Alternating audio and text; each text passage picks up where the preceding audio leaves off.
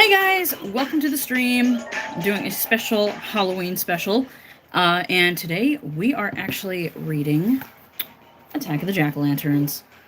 Now, I only recently got back into reading these kinds of books and stuff like that, and I am actually very, very, very much excited. And I hope you guys like my costume. I worked very hard on it. I actually do have the flowers. It's just a little hard to hear or hard to see. Blah. Shaymin, talk today. Liliana Sandberg, what's up? Unfortunately, I won't be able to acknowledge chat as much as I want to in this stream. But today we are going to do something awesome. We're going to do something fun. We are going to read this book, and it's going to be awesome. It's going to be beautiful. We're going to have a spooky good time. So, let's do this. Attack of the Jack-o'-lanterns by R.L. Stine. If I start coughing, I'm really sorry. I'm getting over being sick. So, I'm actually going to go ahead and turn this fan off for now. So, Attack of the Jack-o'-lanterns. Now, it's not a very big book, so...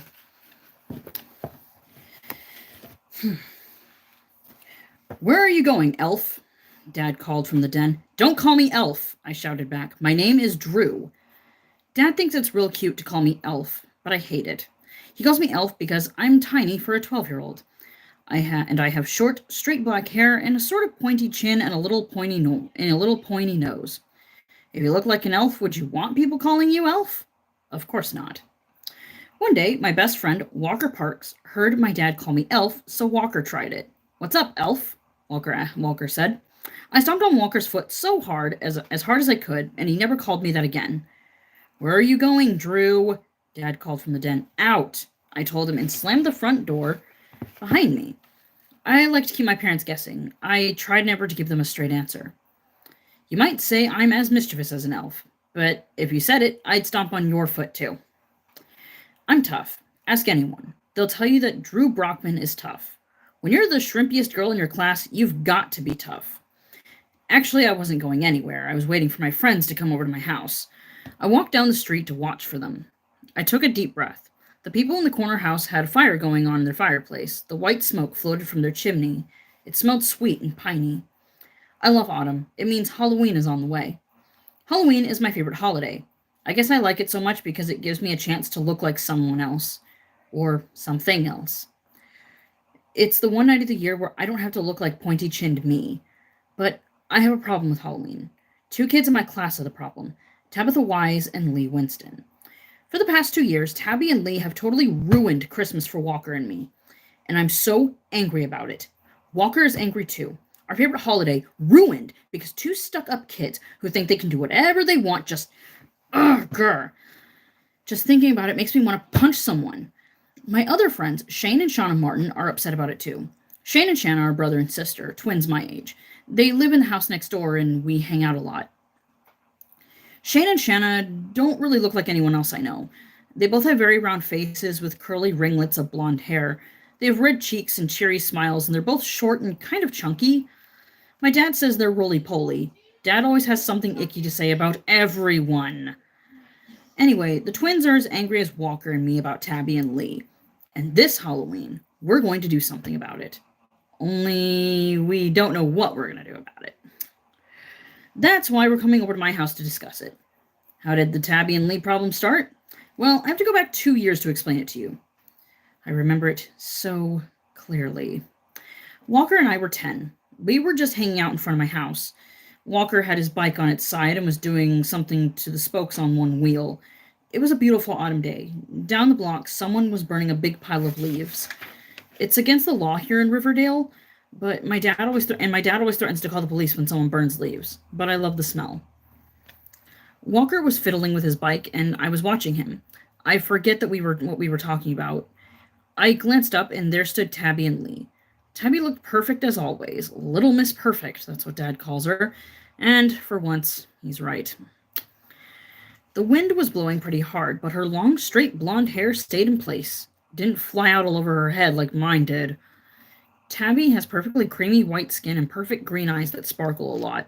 She's very pretty, and she knows it. Sometimes it takes all my strength not to shake both hands in her hair and mess it all up. Lee is tall and good-looking, with dark brown eyes and a great warm smile.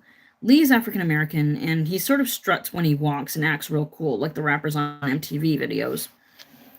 The girls at school all think he's terrific, but I can never understand a word he says. That's because he always has a huge wad of green apple bubble gum in his mouth. Mmm, mmm.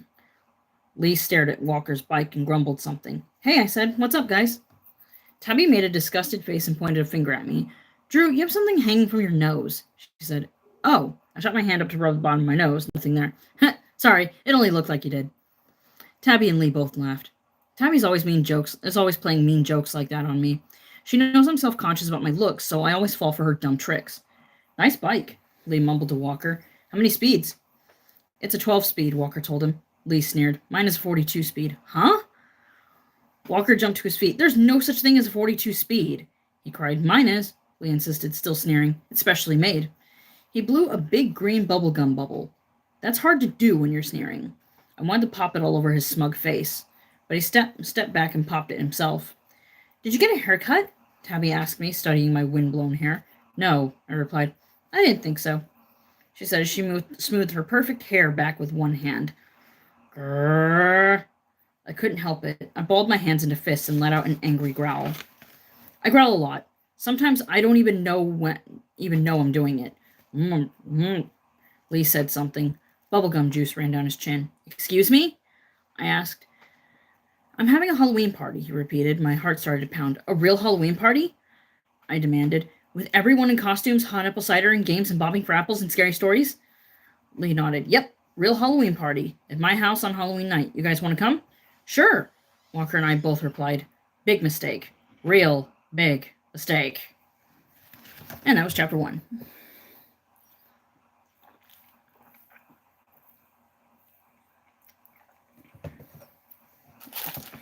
Quick candy break.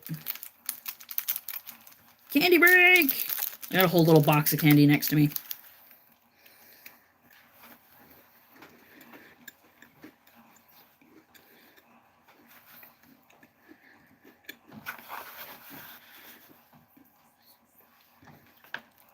Hope everyone is having a fantastic Halloween. I know I am. I took one last look at the Spirit Halloween close to my house. It's sad to see them taking everything down.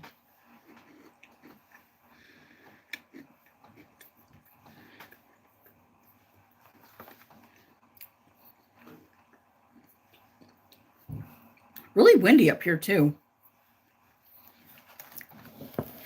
On to chapter 2. The Halloween party was already crowded with kids from the school when Walker and I showed up. Lee's parents had orange and black streamers strung all over the living room. 3 huge jack-o'-lanterns grinned at us from the window seat by the front door. Of course, Tabby was the first person I ran into. Even in costume, she wasn't hard to recognize. She was dressed as a princess. Perfect. She wore a frilly pink princess-type gown with long puffy sleeves and a high lacy collar, and she had her blonde hair pinned up with a sparkly rhinestone tiara in it. She smiled, her lipstick lips at me. Is that you, Drew? She asked, pretending she didn't recognize me. What are you supposed to be, a mouse? No, I protested. I'm not a mouse. I'm a Klingon. Don't you ever watch Star Trek? Tabby snickered. Are you sure you're not a mouse? She turned and walked away. She had a pleased smile on her face. She gets such a thrill from insulting me. I growled under my breath and searched for someone else to talk to. I found Shane and Shanna in front of the fireplace. The twins were always easy to recognize. They were both big, puffy white snowmen. Excellent costumes, I greeted them. They wore 2 white snowballs, one big snowball over their bodies, a smaller snowball over their heads. The snowman faces had eye holes cut into them, but I couldn't tell Shane from Shanna. What is the snow made from? I asked. Styrofoam, Shanna answered. She has a high, squeaky voice, so now I knew who was who. We carved them out of big blocks of it. Cool, I said. Great party, huh? Shane chimed in. Everyone from our class is here. Did you see Brenna Morse's costume? She sprayed her whole body with silver spray paint. Her face and hair, too. What's she supposed to be? I demanded. Silver Surfer? No, I think the Statue of Liberty. She was carrying a plastic torch, Shane replied. A loud crackle from the fireplace made me jump. Most of the lights were off, giving the room a dark Halloween mood. The fire made long shadows dance all over the floor. I turned and saw Walker making his way to us. His entire body was wrapped in bandages and gauze. He was a mummy. "I'm in trouble," he announced. "What's your problem?" Shane asked. "My mom did a terrible wrapping job," Walker complained. "I'm coming unraveled." He struggled to retie some loose bandages around his neck. "Ugh! The whole thing is coming undone. Are you wearing clothes underneath?" Shanna asked. Shane and I laughed. I pictured Walker huddled in the middle of a party in his underwear, piles of bandages at his feet. "Yes, I've got clothes on underneath the costume," Walker replied, "but if these bandages all come undone, I'll fall on my face." "Hey, what's up?" Lee interrupted. He wore a Batman costume, but I recognized his dark eyes under the mask, and I recognized his voice. "Awesome party," Shanna said. "Yeah, awesome," I repeated. Lee started to reply, but a thunderous crash made everyone gasp. We all froze. "What was that?" Lee cried. The crowded room grew silent. Then I heard another crash. Bumping sounds. Low voices. It's coming from the basement," Lee stammered. He pulled off the Batman mask. His bushy hair fell over his face, but I could see his frightened expression. We all turned to the open doorway at the far end of the living room. Beyond the doorway, stairs led down to Lee's basement. "Oh," Lee gasped as we heard another crash, and then heavy footsteps at the basement stairs. "Someone's in the house!" Lee shrieked in terror. "Someone's broken in!" And that was chapter 2.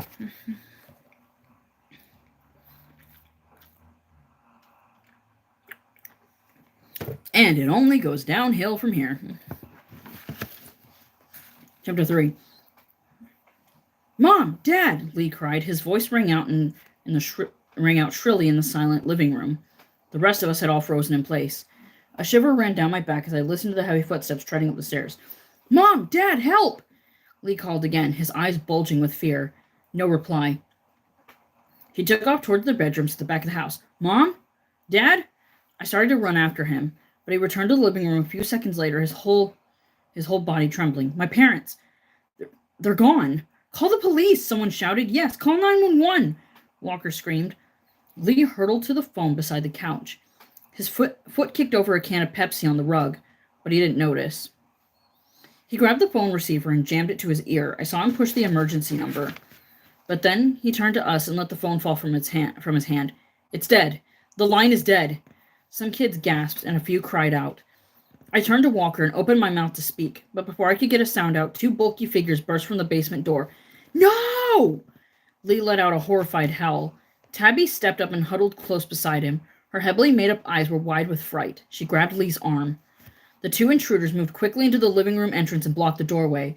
One of them had a blue wool ski mask pulled down over his face. The other wore a rubber gorilla mask. They both wore black leather jackets over their black jeans. "Party time!" The gorilla shouted in a gruff voice. He laughed, a cruel laugh. "Party time, everyone!"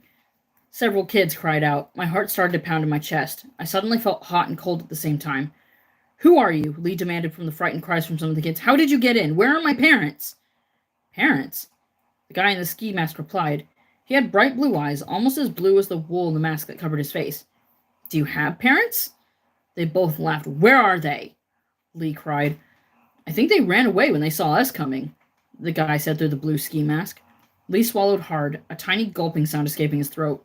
Tabby stepped in front of him. "You can't come in here!" She shouted angrily at the two intruders. "We're having a party!" The gorilla turned to his partner and laughed, and they both started laughing loudly, tossing their heads back. "Oh, it's our party now," the gorilla announced. "We're taking over." Hushed gasps ran out around the room. My legs suddenly felt rubbery and weak.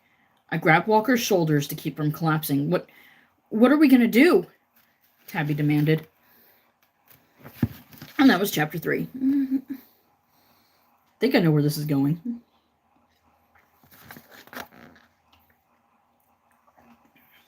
I think I absolutely know where this is going.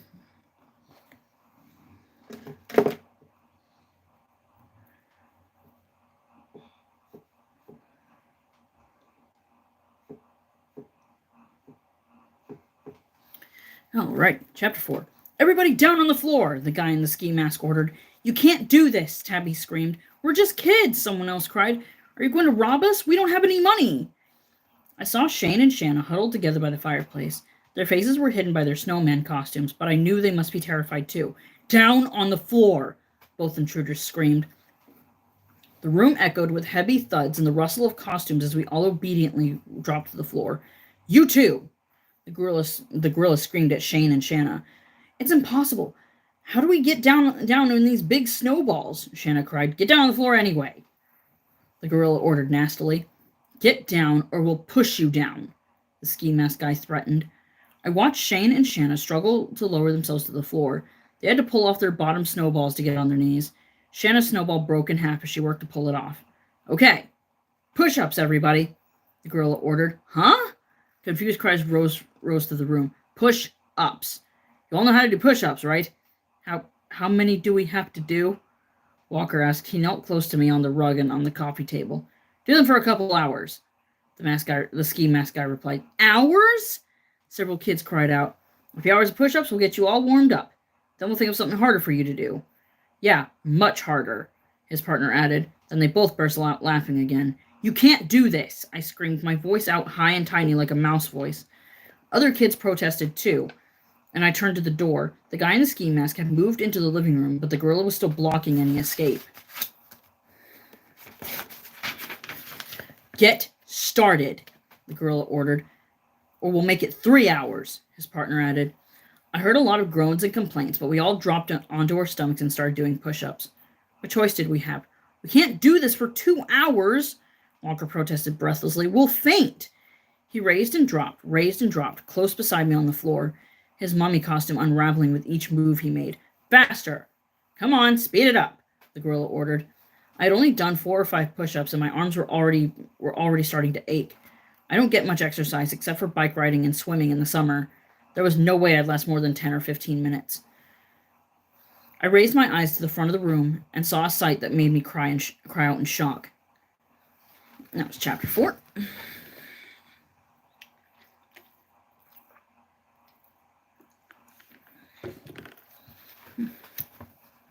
Walker, look, I whispered.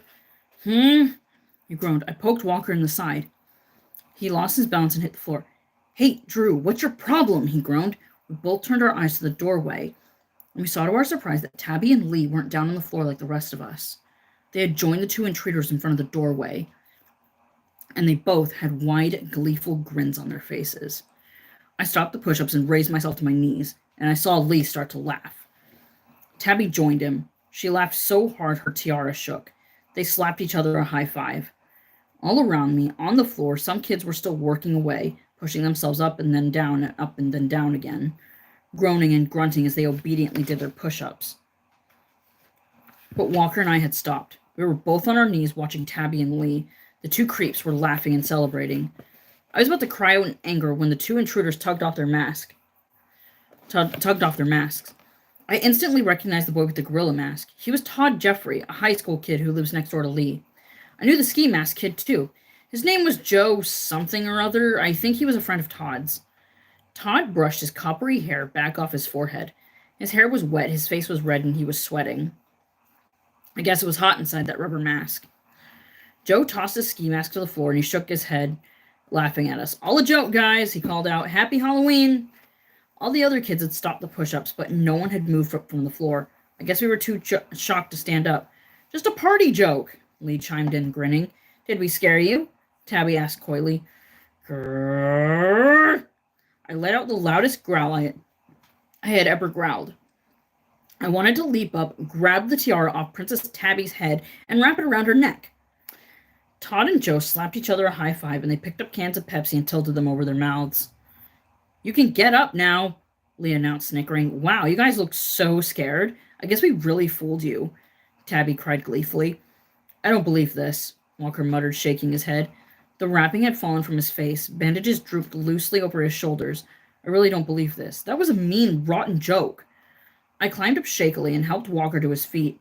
I heard Shane and Shanna grumbling behind us. Their costumes were totally wrecked. Kids were grumbling and complaining. Tabby and Lee were the only ones laughing. No one else thought the joke was in the least bit funny.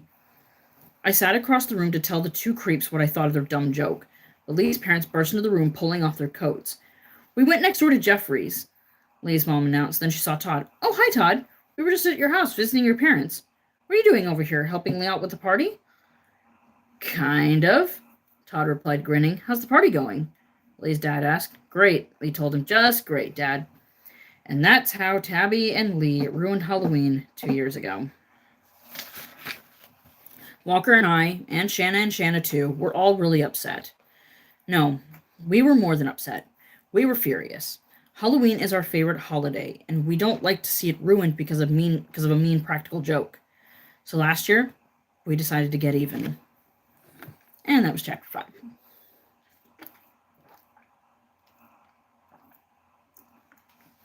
By all means, feel free to comment the whole time. Candy break. I got another Twix. Nice. I have chocolate in here.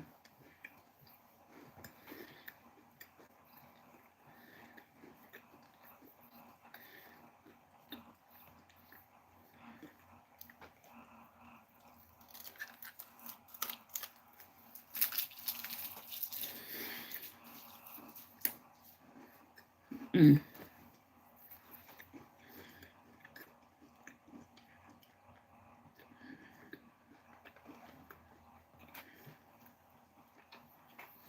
Mm. Oh, what you making?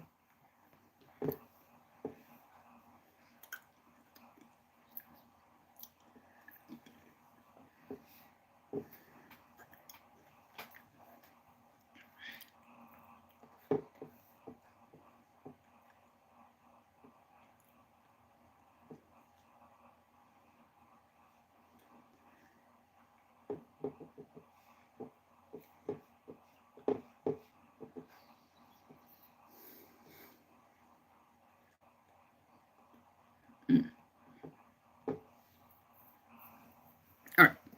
So on to chapter 6. We need special decorations, Shanna said. Not the same old pumpkins and skeletons. Yeah, something scarier, Shane chimed in. Ooh, nice. Yeah, something scarier, Shane chimed in. I think jack-o'-lanterns are plenty scary, I insisted. Especially when you put candles in them. And their dark faces light up with those jagged, evil grins.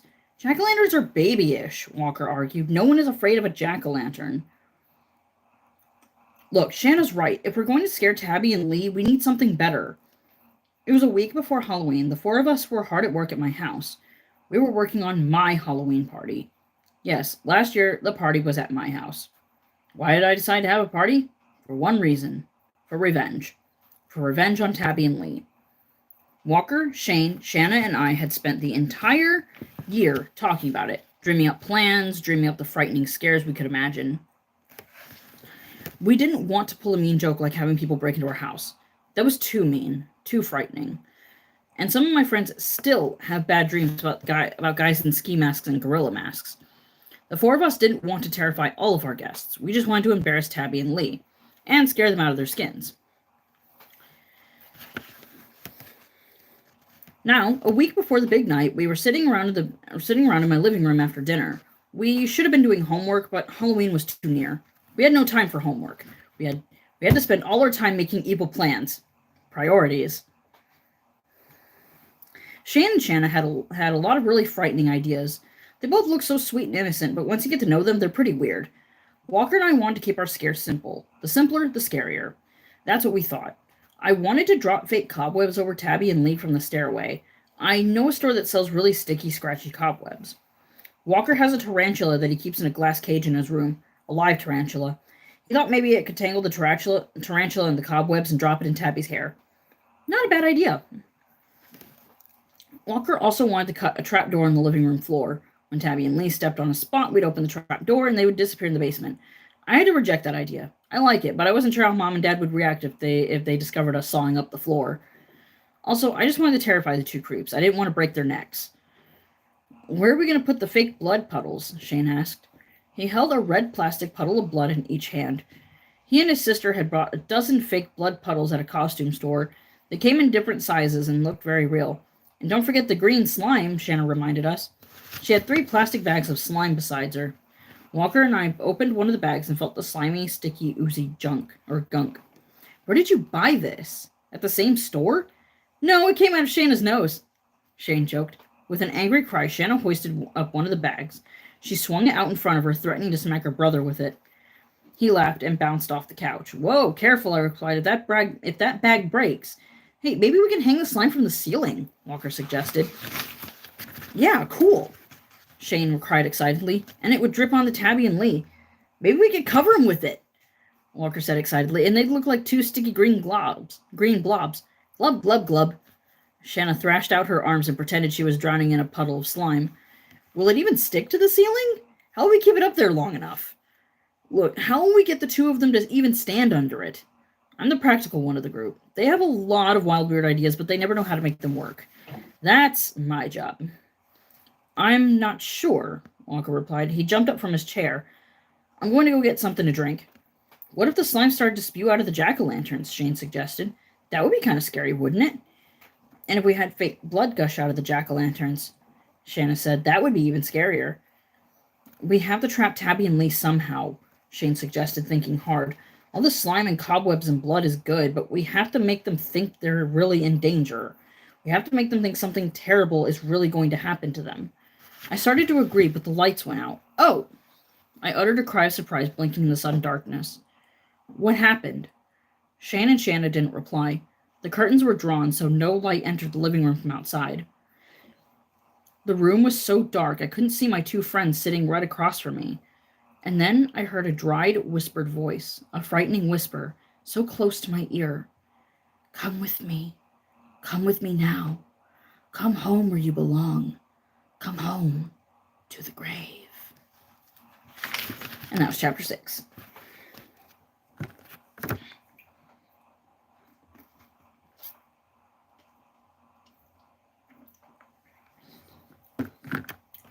On to chapter 7. Staring into the darkness, the whispered words sent a shiver down my back. Come with me. Come home with me now. Come home where you belong. Come to your grave, Tabby and Lee. I have come for you and you alone. Come, Tabby and Lee. Come with me now. That's excellent, I cried. The lights flashed back on. Across from me, Shan and Shana clapped and cheered. Good job, Walker. I turned to congratulate him. He set his portable tape player on the coffee table in front of us and rewound the tape. I think it would scare them. It scared me, and I knew what it was. When the lights go out and that voice starts to whisper, it'll creep everyone out, Shanna exclaimed, especially with the tape player right under the couch. Who recorded that voice? Shane asked Walker. Did you do it? Walker nodded. Cool, Shane said, but he turned to me. But, Drew, I still think you should let Shanna and me do some of our scares on Tabby and Lee. Let's save those for when we really need them, I replied. I bent down and opened one of the plastic bags. I dug a hand in and pulled out a big chunk of green slime. It felt cold and gooey in my hand. I worked it around my palm, squeezing and shaping it, and then rolled it into a ball. I think it's sticky enough to hang from the ceiling. I asked. It would be a nice effect to have it running down the walls, I think. No, I've got a better idea, Walker interrupted. The lights all go out, right? And the creepy voice starts to whisper. And when it whispers their name, when it whispers, come to your grave, Tabby and Lee, then someone sneaks up behind each of them and drops a huge glob of slime on their heads. Oh, that's cool, Shane declared. We all laughed and cheered. We had some good ideas, but we needed more. I didn't want to slip up. I didn't want Tabby and Lee to think it was funny, all a big joke. I wanted them to be scared, with a capital S-C-A-R-E-D. S-C-A-R-E-D. I hope I spelled that right. S-C-A-R-E-D. Yeah, we're good. So we thought of more scary ideas, and more ideas. We worked all week, from after school until late at night, setting traps, hiding little creepy surprises all over the living room. We carved the ugliest jack-o'-lanterns you ever saw, and we filled them with real-looking plastic cockroaches. We made an 8-foot-tall papier-mâché monster, and we rigged it to fall out of the coat closet when we pulled it on a string. We brought a real-looking rubber snakes and worms and spiders and hid them all around the house. We barely ate and we barely slept. We dragged ourselves through school thinking only more about ways to terrify our two special guests. And finally, Halloween arrived. The 4 of us gathered at my house. We were too tense to sit still or even stand still. We moved around the house, barely speaking to each other, and we carefully checked and rechecked all the frightening traps and tricks we had prepared. I had never worked so hard in all my life. Never. I spent so much time getting ready for the party and our revenge that I didn't even think of my Halloween costume until the very last minute. And so I ended up wearing the same Klingon costume I had worn the year before. Walker was a pirate that year. He had a patch over one eye and wore a striped shirt and a parrot on one shoulder. Shane and Shanna had dressed as some kind of blobby creatures. I couldn't really tell what they were supposed to be. We didn't care about our costumes. We only cared about scaring Tabby and Lee. And then, as we paced the living room nervously, 1 hour before the party was to start, the phone rang, and we received a call that filled us all with horror. On to Chapter 8. I was standing right next to the phone when it rang. The harsh buzz nearly made me jump out of my skin. Was I a little tense? Well, yeah. I grabbed the phone in the middle of the first ring. Hello? I heard a familiar voice on the other end. Hi, Drew. It's Tabby. Tabby? I cried. I decided she was calling to find out what time the party started. The party starts at 8, I said, but if you and Lee, that's why I'm calling. Tabby interrupted. Lee and I can't come tonight. Huh? The phone dropped out of my hand. It clattered to the floor. I dove to pick up the receiver, stumbled, and nearly knocked the whole table over. What? What did you say? I demanded. Lee and I can't come. Tabby repeated the chilling words. We're going to Lee's cousin's instead. His cousin gets to trick-or-treat until midnight. He does 4 different neighborhoods. He promised to get us bags and bags of candy. Sorry, but Tabby, I started to protest weakly. Sorry, she said. See you, bye. She hung up. I let out a hoarse wail and sank to my knees on the floor. What's wrong? Walker demanded. They... I couldn't get the words out. My 3 friends huddled around me. Walker tried to pull me to my feet, but my head was spinning. I didn't want to stand up. They're not coming. I finally managed to choke out. Not coming. Oh, Walker replied softly. Shane and Shanna shook their heads glumly, but didn't say a word. We stayed frozen in place, stunned, too miserable to talk. Thinking about all the work, all the planning, and all the hard work. A whole year of planning and work. I'm not going to cry, I told myself. I feel like crying, but I'm not going to. I climbed shakily to my feet and glanced at the couch. What is that? I shrieked. Everyone turned, and I saw a huge, ugly hole in one of the brown leather couch cushions. Oh, crap! Shanna wailed. I was playing with a ball of green slime. I must have dropped it on the couch when I stood up. It burned a hole in the cushion. Quick, someone cover it up before Mom and Dad see, I started. Of course, Mom and Dad came strolling into the living room. How's it going?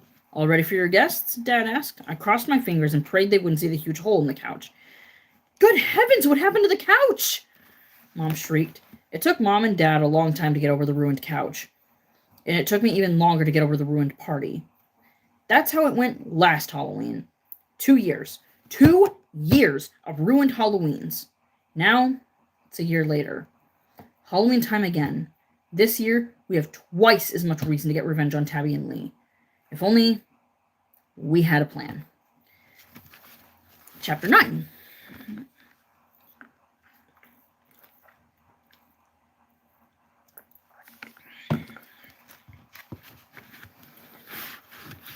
This year, I'm a space princess, Tabby announced. She had her blonde hair piled up high once again, with the same rhinestone tiara in it, and she wore the same long, lacy dress, the same costume as 2 years ago. To add to the outer space look, Tabby had painted her face bright green. She always has to be a princess. I thought bitterly. Green or not green, she's still a dang princess. Lee showed up in a cape and tights and said he was Superman. He said it was his little brother's costume. He told us why he didn't have the time to get a costume of his own, but I couldn't understand it because of the big wad of bubble gum in his mouth. Walker and I had decided to be ghosts. We cut eye holes into bed sheets, arm holes, and that was that. Sorry, guys. Again, I'm getting over a cold. My sheet dragged behind me on the grass. I should have cut it shorter, but it was too late. We were already on our way to trick-or-treat. Where are Shane and Shanna? Lee asked. I guess we'll catch up to them, I replied. I raised my trick-or-treat bag in front of me. Let's get going. The 4 of us stepped out onto a clear, cold night. A pale half-moon floated over the houses. The grass shone gray under a light blanket of frost. We stopped at the bottom of my driveway. A minivan rumbled by. I saw two big dogs peering at the back window. The driver slowed to stare at us as she passed by. "Where shall we start?" Tabby asked. Lee mumbled something I didn't understand. "I want to trick-or-treat all night," Walker exclaimed. "This may be our last trick-or-treat night ever." "Excuse me? What do you mean?" Tabby demanded, turning her green face to him. "Next year we'll be teenagers," Walker explained. "We'll be too old to trick-or-treat." Kind of a sad thought. I tried to take a deep breath of cool air, but I had forgotten to cut a nose or mouth hole in the sheet. We hadn't even left my front yard, and I was already starting to feel hot. "Let's start at the Willows," I suggested. The Willows is a neighborhood of small houses. It starts on the other side of a small woods just 2 blocks away. "Why the Willows?" Tabby demanded, fiddling with her tiara. "Because the houses are real close together," I told her. "We won't have much to walk, and we'll get a lot of candy. No long driveways that walk up and down." "Sounds good to me," Lee agreed. We started walking to the curb. Across the street, I saw 2 monsters and a skeleton making their way across the front yard. Little kids, followed by a father. The wind fluttered my costume as we walked. My shoes crunched over frost-covered dead leaves. The sky seemed to grow darker as we made our way past the bare black trees of the woods. A few minutes later, we reached the first block of the Willows. Streetlights cast a warm yellow glow over the neighborhood. A lot of the houses were decorated with orange and green lights, cutouts of witches and goblins and flickering jack-o'-lanterns. The 4 of us began walking from house to house, gleefully yelling "trick-or-treat" and collecting all kinds of candy. People oohed and awed over Tabby's princess costume. She was the only one in our group who had bothered to put on a decent costume, so I guess she stood out. We passed by a lot of other kids as we made our way down the block. Most of them appeared to be younger than us. One kid was dressed as a milk carton. He even had all the nutritional information printed on one side. That's actually really funny. I love that. It took us half an hour to do both sides of the street. The Willows ended in a cul-de-sac, kind of a dead end. "Where to next?" Tabby asked. "Whoa, wait, one more house," Walker said. He pointed to a small brick house set in the back of the trees. "I didn't see that one." I said, "I guess because it's the only house that isn't right on the street. The lights are on. They've got a pumpkin in the window. Let's check it out." We trooped up to the front step and pushed the doorbell. A front door swung open instantly. A small, white-haired woman poked her head out. She squinted through thick glasses at us.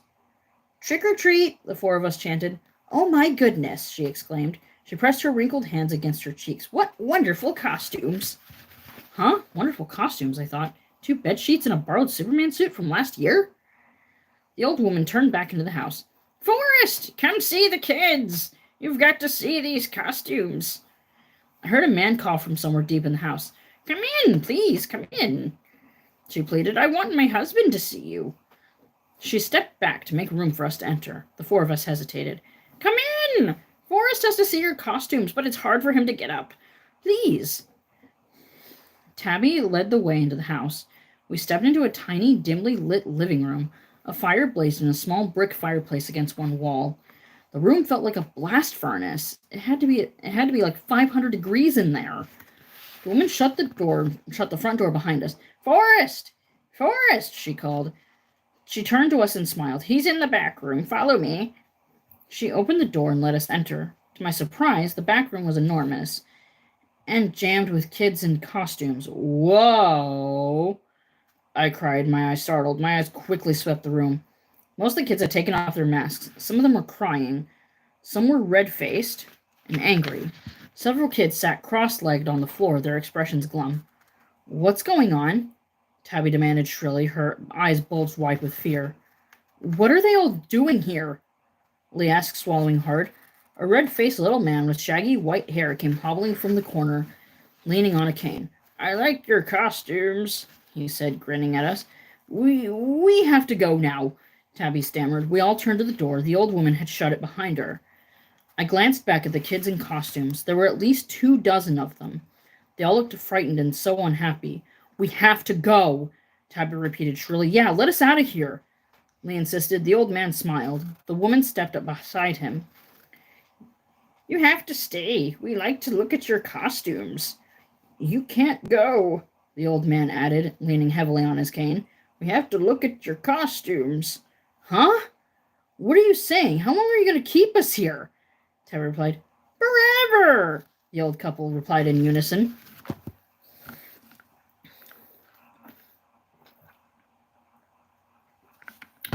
Okay, that's creepy. Number 10. That was my daydream. I was down by the street in front of my house, waiting for my friends to show up, and daydreaming about Tabby and Lee being trapped by a weird old couple who liked to collect trick-or-treaters and keep them forever. Of course, in my daydream, Walker and I sneaked out of a side door, but Tabby and Lee were caught before they could escape, and they were never seen again. Nice daydream, huh? She's like a little psycho. Jesus. I was still picturing the whole thing when Walker, Shane, and Shanna finally arrived, and we eagerly trooped inside and up to my room. Drew, why are you grinning like that? Shanna demanded, dropping down onto the edge of my bed. I was having a funny daydream, she said, about Tabby and Lee. What could be funny about those two creeps? Walker demanded. He picked up a tennis ball from the floor and tossed it to Shane. The two of them started tossing the ball back and forth across my room. It was very funny, I replied, sitting up and stretching, especially the ending. I told them the whole daydream. I could see some of the smiles on their faces that they enjoyed it. But Shanna scolded me. We don't have time for daydreams, Drew. We need a real plan.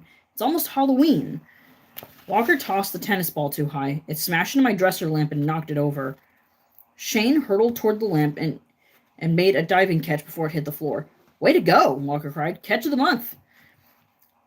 He slapped Shane a high five. He hit Shane so hard the poor guy almost dropped the lamp. Grrr. I growled at Walker and pointed to the desk chair. Sit down. We have serious things to do. We have serious thinking to do. She's right, Shanna agreed. We have to scare Tabby and Lee out of their skins this year. We have to pay them back for the last 2 years. We have to. So what are we going to do? Walker demanded, dropping his long, lanky body into the chair. Hide behind those bushes and yell boo? Bad attitude. I've been thinking about some really scary things we could do at a party. I think, no party, Shanna interrupted. Right, no party, her twin agreed. We worked so hard on last year's party, and then Tabby and Lee didn't bother to show up. Grrr. Just thinking about last year made me growl. Well, if we don't scare them at a Halloween party, where do we scare them? Walker asked, tapping out a rhythm with his fingers on the desk. Shane and I have some really good ideas, Shanna said. Yeah, I think you have to listen to Shanna and me this year. We have a really good plan. It will have them shaking for a year, seriously. Walker pulled the desk chair closer. Shane sat on the floor beside him. I leaned closer to Shanna onto the bed. Speaking in a low voice just above a whisper, Shanna told Walker and me their plan. A very scary plan. It gave me a chill just hearing Shanna describe it. It's very simple, very easy to do, and there's no way it won't work. We'll give Tabby and Lee a Halloween they'll never forget, Shane boasted. It's really mean, Walker murmured. I gazed at the chubby, pink-cheeked twins. They were so cute looking, so sweet and innocent, but their plan to frighten Tabby and Lee really was truly horrifying. It's mean, I agreed, and it's cruel, and it's terribly gross and shocking. I grinned. I like it. We all laughed. So we agree, Shane asked. We're doing it. We all agreed. We all solemnly shook hands. Great, Shanna declared. So, Drew, all you have to do is invite them to come trick-or-treating with you. Shane and I will do the rest. No problem, I replied, still grinning. No problem. We all cheered and congratulated each other. We knew this was the year. Our year. Shanna started to say something else, but my mom poked her head into the room. What are you four plotting so seriously? Mom asked. Nothing, Walker answered quickly. Just making plans for Halloween, Mom, I told her. Mom bit her lower lip. Her expression turned serious. You know, Drew, she said, shaking her head, I don't think I can let you go trick-or-treating this year. All right, so chapter 11.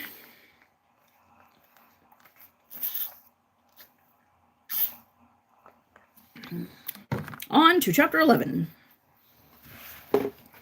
Mom, you have to let me go trick-or-treating. You have to, or else you'll spoil all of our plans for revenge. Those words almost burst from my mouth.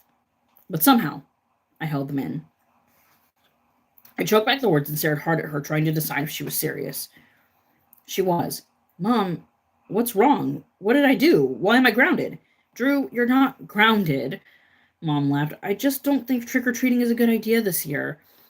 Haven't you seen it in the news stories about the people in town who disappeared? Huh?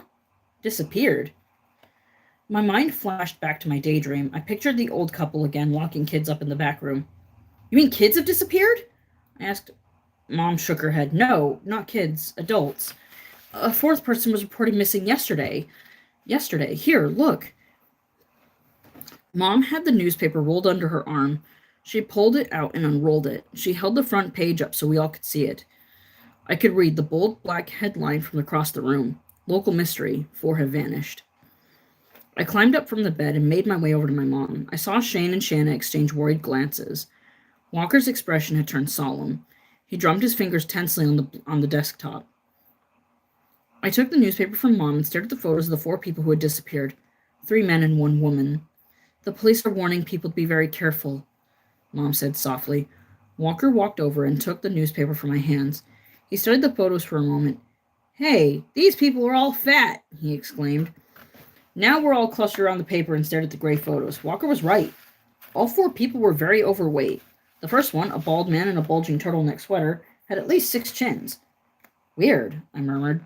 Shane and Shanna had grown strangely silent. I guess they were frightened. Why would 4 fat people disappear into thin air? Walker asked. Mom sighed. That's what the police would like to know. But Mom, if only adults are disappearing, why can't I go trick-or-treating? I asked. Please let Drew go, Shanna pleaded. It's our last year to go out on Halloween night. No, I don't think so, Mom replied, biting her bottom lip again. We'll be really, really, really, really careful, I promised. I don't think so, Mom repeated. I don't think so.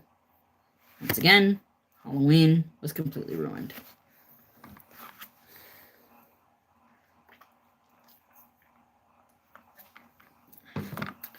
On to 12. But then Dad thought maybe trick-or-treating would be okay. It was 2 days later. He and Mom had been discussing it nonstop. You can go out if you go in a group. Stay in the neighborhood and don't wander away from the others, okay, Elf? Thanks, Dad! I cried. I was so happy I didn't remind him to stop calling me Elf. Instead, I surprised him with a big hug. Are you sure about this? Mom asked. Of course he is, I cried. No way was I going to let them change their minds. I was already halfway to the phone to tell Walker that our plan was back on. There'll be 1,000 kids trick-or-treating in the neighborhood. Besides, Drew and her friends are old enough and smart enough to keep out of trouble. Thanks, Dad! I cried again. Mom wanted to keep the discussion going, but I ran out of the kitchen and up to my room before she could get a word out. I called Walker and told him the good news. He said he would call Shane and Shanna and let them know we were ready for trick-or-treat night. Everything was set. I just had one little problem left. I had to convince Tabby and Lee that they should go trick-or-treating with us. I took a deep breath and called Tabby's house. Her mother said she was over at Lee's, helping him get his Halloween costume ready. So I hurried over to Lee's house.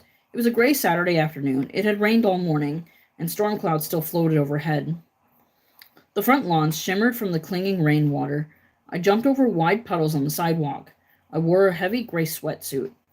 But the air felt damp and cold, and I'd wished I'd put on a jacket over it. I jogged to the last block to Lee's house, partly to warm up. I stopped to catch my breath on the front stoop, and then I pushed the doorbell. A few seconds later, Lee answered the door. Whoa! I cried out when I saw his costume. He had bobbing antennas on his head. He wore a fuzzy yellow vest pulled over a black and yellow striped girl's swimsuit.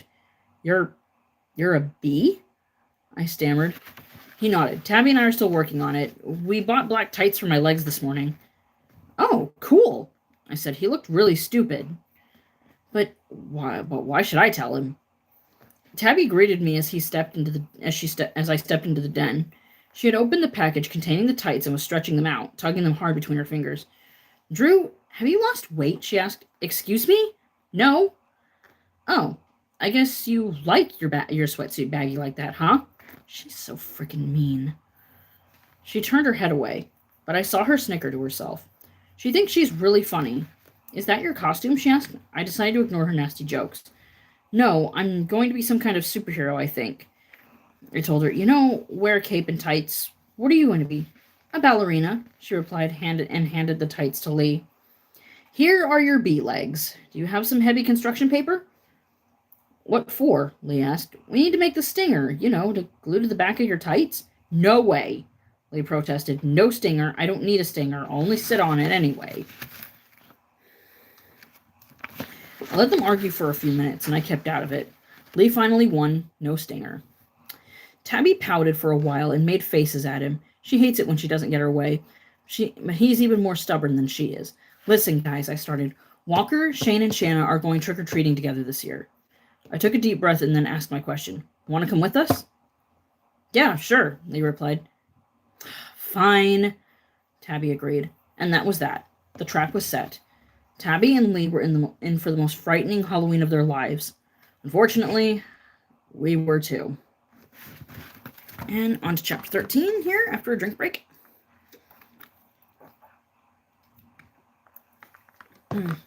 I probably should have put sounds on for this, but I wasn't thinking about it. So, on to chapter 13.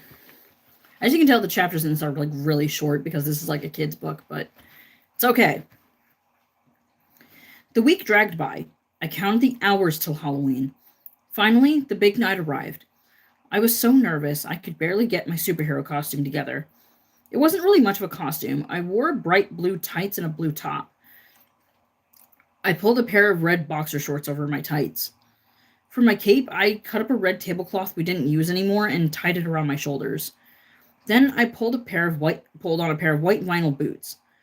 I had a red cardboard mask that just barely covered my eyes. Super Drew, I proclaimed to the mirror. I knew the costume was lame, but I didn't care. Tonight wasn't about costumes. It was about terror, and it was about scaring 2 other kids to death. I grabbed a large brown shopping bag from the closet to use as a trick-or-treat bag. Then I scrambled down the stairs, hoping to get out of the house before running into my parents. I hoped to avoid a last-minute lecture about how I had to be careful outside. No such luck. Dad stopped me at the bottom of the stairs. Wow, great costume, Elf. What are you supposed to be? Please don't call me Elf, I muttered. I tried to get past him to the front door, but he blocked my way. Just let me take one photo, he said. I'm kind of late. I told him I was supposed to meet Walker at the corner at 7:30. It was already 7:45. Be careful out there, my mother called from the den. Dad disappeared to get his camera. I waited at the bottom of the stairs, tapping my hand on the banister. Don't talk to any strangers, Mom called. Very helpful. Okay, just one quick shot, Dad said, returning to his camera with his camera raised to his eye. Stand against the door. You look great, Drew. Are you Wonder Woman or something? Just a superhero, I mumbled. I've really got to go, Dad. He steadied the camera over his eyes. How about a smile? I gave him a toothy grin, and he clicked the shutter. Oh, wait, did it flash? He asked. I don't think I had the flash on. He examined the camera. Dad, I thought about Walker standing by himself on the corner. Walker hated to wait, and I knew how tense he'd be. As tense as me. Dad, I've got to meet my friends.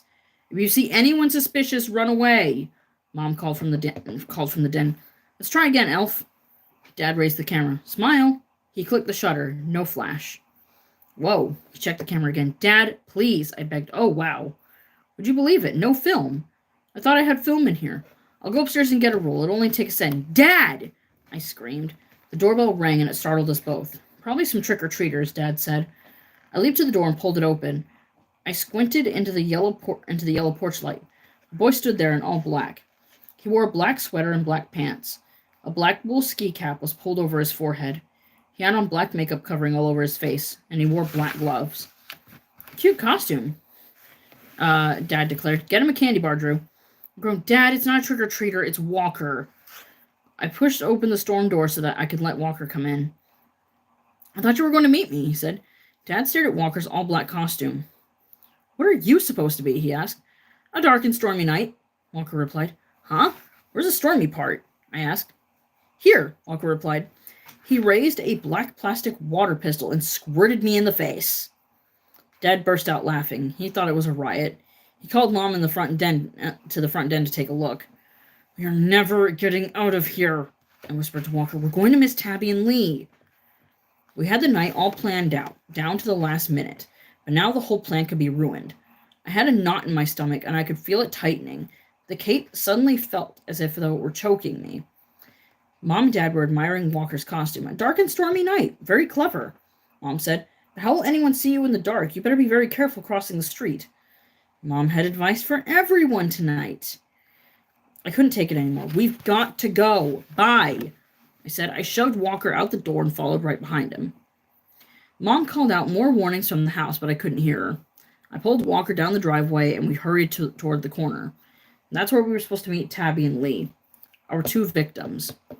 You should have stayed on the corner, I scolded Walker. Maybe Tabby and Lee were already there and left. But you were so late. I thought maybe something was wrong. My heart was thumping. The knot in my stomach grew even tighter. Okay, let's just calm down. It was a clear, cold night. A light frost made the lawn silvery. Overhead, a sliver of moon rested near a cluster of bright stars. Most of the houses on the block had their lights on. I saw two groups of little trick-or-treaters across the street. They were all hurrying up to the same house. A dog barked excitedly in the house next door. I turned my eyes to the corner where we were supposed to meet Tabby and Lee. No one there. Walker and I had stopped under the streetlight. I adjusted my cape. It really was choking me. I saw that I hadn't cut it short enough. The bottom was soaked from dragging it along the ground. Where are they? I demanded. You know they're always late, Walker replied. He was right. Tabby and Lee love to keep people waiting for them. Look, they should be here any second, Walker said. A tall hedge ran around the corner yard. Walker started pacing back and forth from the hedge to the curb. His outfit was so black when he stopped in the shadow of the hedge he completely disappeared. Could you stop pacing? I started, but my voice caught in my throat when I heard a cough from the other side of the hedge. A low, gruff cough. Not a human cough, more like an animal growl. I turned and saw that Walker had heard it too. He stopped pacing and stared at the hedge. I heard a scraping sound. The hedge appeared to shiver. Who's back there? I choked. The hedge shook again. Shook and cracked. Hey! Who is it? Walker cried. Silence. The hedge shook, harder this time. Is this a joke or something? Walker demanded in a trembling voice, another low animal growl. No! I cried as two ugly creatures came snarling through the hedge. I only saw a blur of ragged fur, open jaws, and saliva-covered teeth. Before I could move, one of the creatures leapt onto me, growling and snarling. It shoved me roughly into the grass and dug its fangs into my shoulder. I let out a shrill wail of pain. I tried to scramble to my feet, but the snarling creature had me pinned to the ground. Stop! Stop! I struggled to squirm free as the creature tugged my cape over me, covering me like a blanket. Hey! I heard Walker's angry shout, but I couldn't see what was happening to him. No! Let me go! I shrieked. With a frantic burst of energy, I reached up one hand and swiped the creature's drooling face. To my shock, the whole face pulled off easily. A mask. I held a rubber mask in my hand. I stared at a grinning face, and it took me a few moments to recognize the boy. Todd Jeffrey. Yes, Todd Jeffrey, the high school kid who had frightened us all at Lee's party 2 years ago. Todd! I murmured, and I frantically pulled the cape away from my face. Gotcha. Gotcha good, he whispered. He let go of me and stood up. You frickin' creep! I cried angrily and tossed the rubber mask into his face. He caught it with one hand and laughed. Drew, can't you take a joke? Huh? A joke? A joke? I screamed. I climbed to my feet and furiously began brushing myself off. My cape was totally tangled and covered with wet brown leaves. Walker had been wrestling with the other creature. The guy pulled off his mask. And of course, it was Joe, Todd's gross friend. Hope we didn't scare you, he teased. He and Todd laughed like hyenas. They fell over each other, slapping high fives and low fives. Before I could tell them what jerks they were, I heard more laughter. To my surprise, Tabby and Lee came stepping out from behind the hedge, and all four of them enjoyed a good laugh together. Grrr. I uttered a furious growl. At that moment, I wish I really were a superhero. I'd like to plow my super fists into their laughing faces. Or maybe spread my cape and fly away. Far away, so I wouldn't have to see any of them anymore. Happy Halloween, Drew! Tabby called smugly. Happy Halloween! Tabby and Lee repeated in unison, grinning with their disgusting grins. How long were you and Lee standing back there? I demanded angrily. Long enough, Lee snickered. He and Tabby both burst out laughing again. We were standing back there the whole time, Tabby declared. I love Halloween. Don't you? I growled under my breath, but I didn't say anything. Keep cool, Drew, I instructed myself. Tabby and Lee and their 2 high school buddies played a little joke on you. But they won't have the last laugh. Not tonight. When the night's over, I told myself, Walker and I will be the ones who are laughing. When Shane and Shanna arrive, we are going to terrify them. Just truly terrify them. Todd and Joe had pulled their monster masks back on. They tilted back their heads and howled like wolves. Todd's mask was really gross. It had rubber saliva dripping over the long, pointy fangs. They're not coming trick-or-treating with us, are they? I asked Tabby. Tabby shook her head.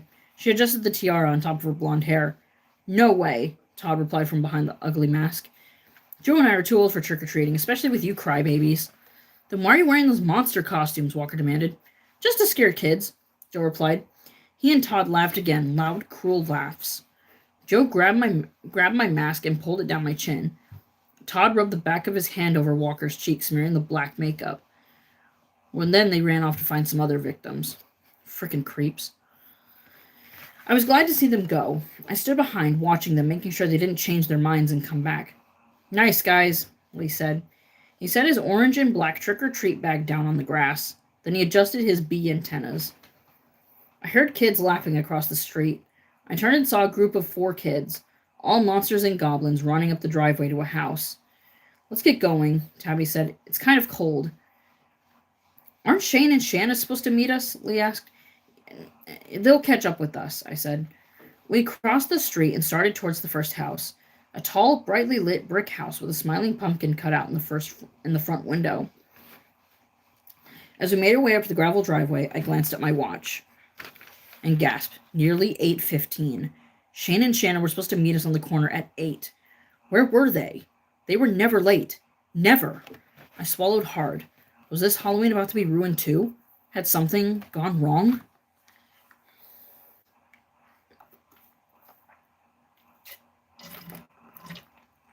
Dang, I'm already through my drink and I've only gotten halfway through this. Candy break! I got a Snickers. Like I said, I hope everyone is having a fantastic Halloween. I know for a fact that I am. Me and my mom, we're going to watch The Boogeyman later tonight. It's going to be awesome. Oh, yeah. Freaking love Snickers. Oh my gosh. This is great.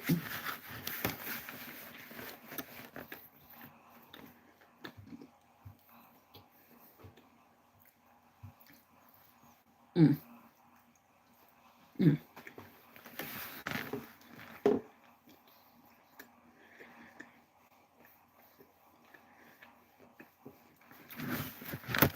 I don't think I should put like spooky sounds on or something. Or is this okay?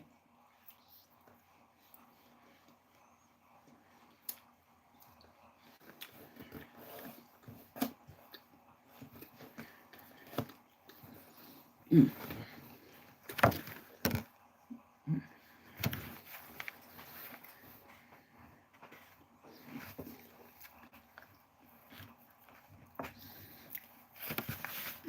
All right, so on to chapter 15.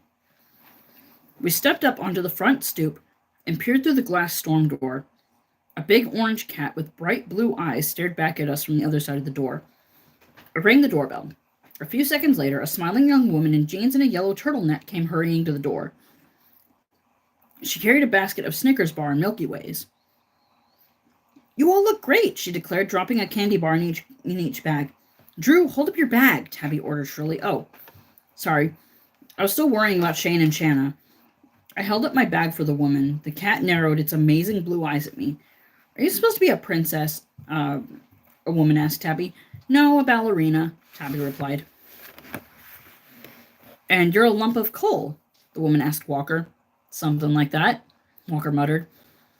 He didn't do his dark and stormy night routine. I guess he was worried about Shane and Shanna, too. Have fun, the woman asked. She pulled the storm door shut. The 4 of us jumped off her stoop and started to cross the frost-covered grass to the next yard. When I glanced back at the door, I saw the cat still staring out at us. The next house was dark, so we crossed the lawn next to the door next to it. A group of kids was already on the front stoop shouting, "Trick or treat! Trick or treat!" Where are they? I whispered to Walker. He shrugged. If they don't show up, I started, but I saw Tabby watching me, so I didn't finish my sentence. We waited for the kids to leave and then climbed up to the stoop. Two little kids, probably 3 and 4 years old, were handing out little bags of candy corn to everyone. They laughed at Lee's bee costume. They wanted to feel the antennas. The little boy asked Lee where his stinger was. I stuck it in someone, Lee told them. They stared at Walker and Walker's all-black outfit. I think it kind of frightened him. Are you supposed to be a monster? The little girl asked Walker timidly. No, I'm a lump of coal, Walker told her. Okay, that's actually really funny. She nodded seriously. We hurried away and did 3 more houses to the end of the block. I saw 2 kids that I babysit for. They were in matching robot costumes. I stopped to talk with them for a minute, and then I had to run to catch up to the others. They had crossed the street and had started doing the houses on the other side. A strong gust of wind fluttered my cape. I shivered and glanced nervously at my watch again. Where were they? Where were Shane and Shanna? This whole plan depended on them. Wow, pretty good haul so far, Lee declared. He held his bag open, studying the contents as he crossed the street. Did you get any Kit Kats? Tabby demanded. I'll trade anyone for Kit Kats. Only one person gave out apples, Lee said, making a disgusted face. He reached into his bag and pulled out the apple. Then he heaved it as hard as he could across the yard. The apple hit a tree trunk with a loud thunk, and then it bounced into the next driveway. Why do people give out apples? Lee grumbled. Don't they know we only want candy? Some people are just cheap, Tabby said. She pulled out her apple and dropped it in the grass. Then she kicked it with the toe of her ballet slipper. They both really deserve what they're going to get, I thought. They're both really jerks. But where are Shane and Shanna? We trick-or-treated our way down the block. It was getting pretty late, and there were fewer little kids out. The streetlight near the corner was broken. We stepped into a patch of deep shadow. One of Lee's antennas kept slipping off. He slid it back into place for the 10th time. As we neared the corner, a tall tree blocked the moonlight, and it grew even darker. Oh! I let out a cry as 2 figures leaped out in front of us behind the tree. I thought that Todd and Joe had returned, but I quickly saw it wasn't those guys. In a gray blur, 2 figures turned their backs on us, blocking our way. They wore dark robes that flowed straight down to the ground and over their heads. Over their heads, they wore pumpkins. Large, round pumpkins, perfectly balanced on their shoulders. Whoa! Walker let out a startled cry. He backed up and stumbled into me. Tabby and Lee gasped in surprise. But the most horrifying surprise was yet to come. As they slowly turned to us, their jack-o'-lantern faces came into view. Eerie, jagged grins cut into their pumpkin heads, flashing triangle eyes, lit by flames. Bright orange and yellow flames danced inside their heads. And as the pumpkin heads turned their fiery, ragged grins on us, Walker and I opened our mouths and screamed in terror. Our screams echoed down the block. The fire flashed in the pumpkin heads' eyes, and I turned to Tabby and Lee. The light from the fiery jack-o'-lanterns' faces flicked all over their faces. They stood calmly, staring at the grinning pumpkin heads. Tabby turned to me. Is this your idea of a joke? Were you trying to scare us? We know it's Shayna and Shanna, Lee said, and tugged at one of the dark, loose, flowing costumes. Hey, Shane, how's it going? The 2 pumpkin heads remained silent. How'd you get the fire to work? Do you have candles in there? How can you see? Tabby demanded. The pumpkin heads grinned back in silence. A lick of fire darted across from one of their jagged mouths. I shivered. These costumes were too good. I could hear the flames inside the big orange heads. The costumes were dark green, like pumpkin vines. Why aren't Tabby and Lee frightened, I wondered. I expected Shane and Shanna to appear in something frightening, but I didn't expect anything as good as these fiery jack-o'-lantern heads. The costumes were great, but I felt so disappointed. Tabby and Lee were definitely not frightened. This Halloween is going to be a disaster, like the others, I thought. I stepped up beside Walker. I couldn't see his expression under all the black makeup. How do they do the fire? He whispered. It's really awesome. I nodded, but it didn't scare Tabby and Lee, I whispered back. It's early. Shane and Shanna have just started. My cape had become tangled around my legs. I tugged it free and tossed it behind me. The 2 pumpkin heads still hadn't said a word. Tabby picked up her trick-or-treat bag and turned to me. You'll have to do better than this if you want to scare Lee and me, she said with a sneer. We're not scaredy cats like you two, Lee boasted. Flames darted out of the Pumpkinhead's eyes. They both tilted their big heads and stared at Tabby and Lee. How do they do that? I wondered. How do they control the flames? Do they have some kind of remote control? Well, are we going to stand here and freeze, or are we going to trick or treat? Tabby demanded. Let's do your block, I suggested to her. Tabby started to reply, but a hiss of fire from the nearest pumpkin made her head stop. Let's go somewhere else, the jack-o'-lantern said from somewhere inside the pumpkin head. His voice came out as a hoarse cackle, too hoarse to be a whisper, a dry, choked sound. Somewhere else, his partner echoed. Her voice also came out like a hoarse crackle, like dry, dead leaves being crinkled together. Excuse me? Lee cried. We know a better neighborhood. The first Pumpkinhead crackled. The jagged mouth cut through the thick pumpkin flesh, didn't move. The voice hissed from inside. The orange and yellow flames tossed in rhythm to the words. We know a better neighborhood, a neighborhood you won't forget. Tabby laughed. She rolled her eyes. Oh, wow, scary voices. She said sarcastically. Oh, I'm shaking, Lee teased. He and Tabby laughed together. Give us a break, guys, Tabby said to the Pumpkinheads. Your costumes are pretty good, but they didn't scare us, so lose the creepy voices, okay? Yeah, Lee agreed. Let's go do some houses. It's getting late. Follow us, said one of the Pumpkinheads hissed. Follow us to a new neighborhood, a better neighborhood. They led the way down the street. Their big heads bounced on their shoulders as they walked. The fire flickered from their heads, casting a glow like lit torches. What are they doing? Walker whispered in my ear. This isn't the plan. Where are they taking us? I didn't know. Oh boy, stuff's getting heated up in here.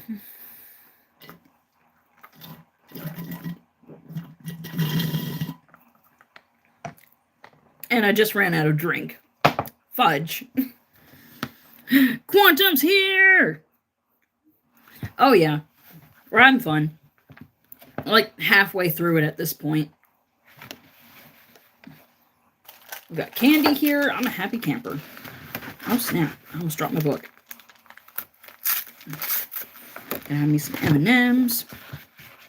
I can eat in between paragraphs and stuff. We walked 3 blocks, heading away from our houses. We passed a row of big stone houses set back on wide lawns behind tall hedges. The next block had an empty lot where someone had started to build a house, but then stopped. The 2 Pumpkinheads walked quickly, taking long strides. Their heads bounced on their shoulders. They kept their fiery faces straight ahead and didn't glance back at us. Where are we going? Lee demanded, jogging up to catch up to them. He tugged at one of their shoulders. You're passing a lot of good houses across the street. The jack-o'-lantern creature didn't slow down. Let's try a new neighborhood, he crackled. Yes, his partner hissed. A new neighborhood, a better neighborhood. You'll see. They led us past the parking lot, past a row of small, dark houses. Where are we going? Walker whispered. He motioned to Shane and Shanna. What is their problem? Why are they doing this? They're actually starting to scare me. I'm sure they know what they're doing, I whispered back.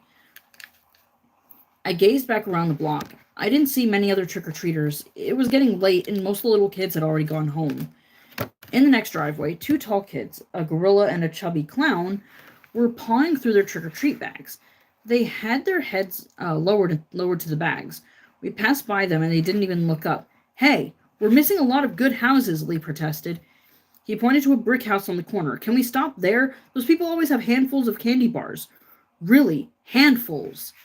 The Pumpkinheads ignored him and kept walking.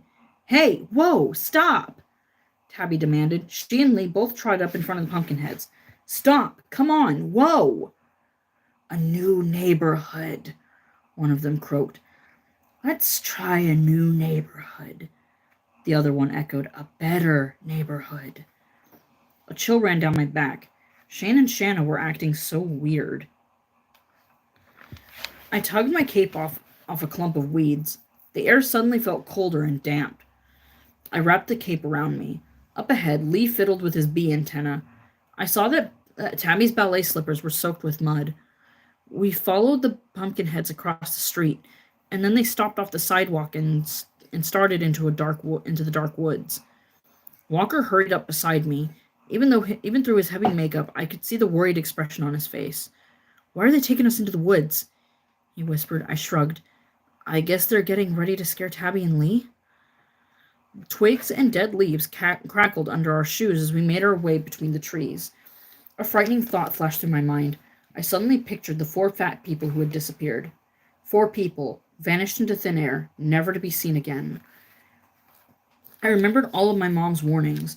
I remembered how she told us to stay where there were a lot of kids and a lot of bright lights. I remembered how she didn't even want me to go trick-or-treating that night. This is wrong, I realized. Mom's advice was smart. We shouldn't be walking through the woods tonight, I knew. We shouldn't be away from the street, away from the brightly lit houses. We shouldn't go off by ourselves like this in dark, creepy woods. A new neighborhood. A pumpkin head crackled up ahead. "Just past these woods," the other one whispered. "A really good neighborhood. You'll see." The light from inside their heads flickered over the dark tangles of bare trees and tall weeds. My heart began to thud. I hurried to keep up with the others. Shane and Shanna were good friends, I told myself. I'm sure they know where they're going. But this wasn't what we planned. This isn't what we planned at all. Why do I have such a bad feeling about this? "Shane, Shanna, give us a break. Look at me. Look at my ballerina skirt." She held up the front of her skirt. Even in the dim light, we could see the mud stain on the front. "We have to get out of these woods," Tabby wailed angrily. "Yeah, it's too dark. We're wasting so much time," Lee agreed. His trick-or-treat bag got caught in a low tree limb. He tugged it hard to pull it loose. Shane and Shanna ignored the complaints, the big fiery pumpkins bouncing on their shoulders. They had made their way steadily and quickly through the darkness of the woods. A few minutes later, we stepped out onto a narrow street. Seeing the bright street lights and rows of little houses, we all let out a happy cheer. "Now we can trick-or-treat," one of the pumpkin heads croaked. I turned my eyes up and down at the street. I saw house after house, all small, all on tiny lawns. Most of them had lights out in front. Many of them were decorated for Halloween. The houses stretched out for blocks, 2 rows of brightly lit houses as far as I could see. "This is an awesome neighborhood for trick-or-treating," I declared, starting to feel a lot better, a lot less frightened. "Excellent, we'll clean up here." "Where are we?" Walker demanded. "How come I've never seen this neighborhood before?" No one answered him. We were all too eager to get started. I pulled some wet leaves off my cape and straightened my mask. Tromping through the woods had messed all of us up. We took a few seconds to get our costumes in better shape. Then the 6 of us hurried up to the first house. A young woman carrying a baby in one arm came to the door. She dropped miniature candy bars into our bags. The baby stared at the flaming pumpkin heads and smiled. At the next house, an elderly couple took forever getting to the door. "Trick or treat!" we shouted at the top of our lungs. They raised their hands to their ears. I guess they couldn't stand the noise. "I'm sorry, but we don't have any candy," the old woman said. She dropped nickels into our bag. A nickel per bag. We hurried across the small yard to the next house. 2 girls, about 7 or 8, greeted us at the door. "Awesome costumes," one of them said to Shane and Shanna. They gave us little bags of M&Ms. "This is so cool," Lee declared as we hurried to the next house. "The houses are so close together," Tabby added. "We can do 100 houses in no time." "Why didn't we ever think to come here before?" Walker asked. "Trick or treat!" we screamed as we rang the doorbell to the next house. A teenage boy with long blonde hair and an earring in one ear answered the door. He snickered at our costumes. "Cool," he muttered. He then dropped packages of candy corn into our bags. On to the next house, and the next, and the next. We did the next block, stopping at every house. Then we covered 2 more blocks. The little houses seemed to stretch on forever. My trick-or-treat bag was nearly full. We stopped at the corner because Walker's shoe had come untied. While I bent down to tie it, we all stopped to catch our breath. "Hurry up!" a pumpkin urged Walker. Flames leaped angrily from his eye holes. Yes, hurry, no time to waste. Give me a break, Walker murmured. I have a knot.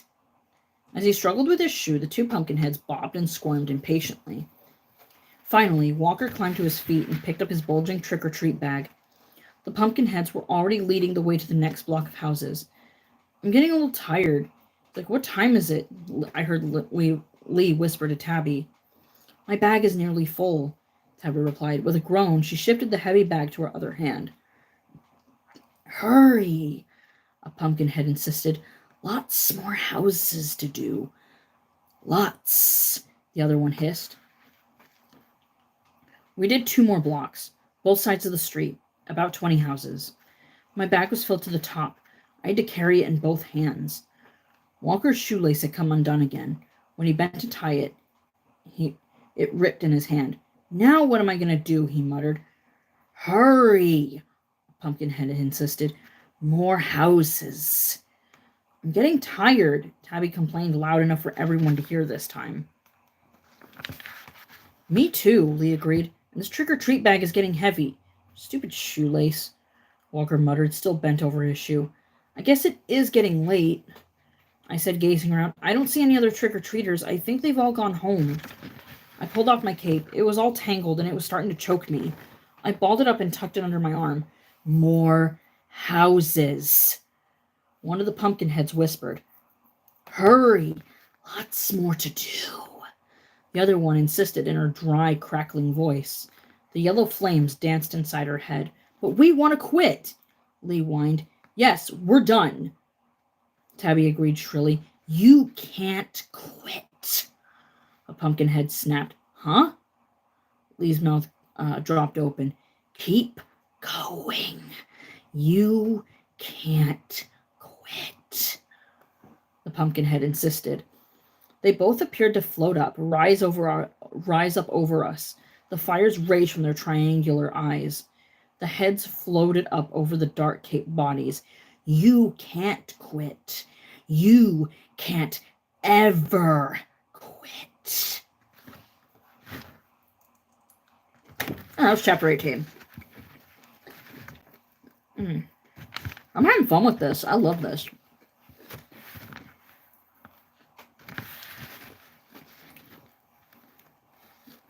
On to chapter 19. Ha ha, very funny, Tabby rolled her eyes. But I saw Lee take a step back in fear. His knees seemed to buckle and he nearly dropped his trick-or-treat bag. Another block, a pumpkin head insisted. Another block, and then another. Whoa, wait a minute, Tabby protested. You can't boss us around like that. I'm going home. She turned and started to walk away, but the two pumpkin heads moved quickly to block her path. Let me go, Tabby protested. She darted sharply to the right, but the big pumpkin creatures floated with her. Their fiery grins appeared to grow wider, brighter. The two of them began circling us, floating silently. They swirled around us, faster and faster, until it looked as if we were surrounded by flames. A wall of leaping flames all around us. You will obey, came the crackling command. The flames pushed us from behind, forced us forward. We had no choice but to obey them. We were prisoners of their fire. An old man was standing at the door to the first house. He grinned at us as we stepped onto the front stoop. You kids are kind of out late, aren't you? He asked. Kind of, I replied.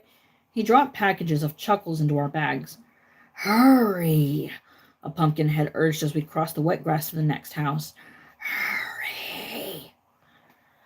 Lee's trick-or-treat bag was so heavy he dragged it along the ground. I carried mine in both hands. Tabby complained to herself, muttering and shaking her head. We did both sides of the block. I didn't see any other kids out.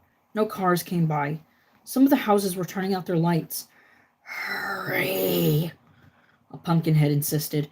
Lots more houses. Lots more blocks. No way, Lee cried. No way, Tabby repeated. She tried to sound strong, but I heard a tremble in her voice. The jack-o'-lantern faces loomed over us once again. The fiery eyes stared out at us. Hurry! You can't stop now. You can't. But it's too late, I protested, and my shoe is coming off. Walker chimed in. We don't want to trick or treat anymore. Tabby told them shrilly. You can't stop now. Hurry. Lots more houses. This is the best neighborhood. No way, Tabby and Lee repeated together. They started chanting, no way, no way, no way. Our bags are full, I said. Mine is starting to tear, Walter complained. No way, no way, Tabby and Lee chanted. The two jack-o'-lanterns began to swirl around us again, circling faster and faster, rebuilding the wall of flames. You must not stop, one of them hissed. You must keep going.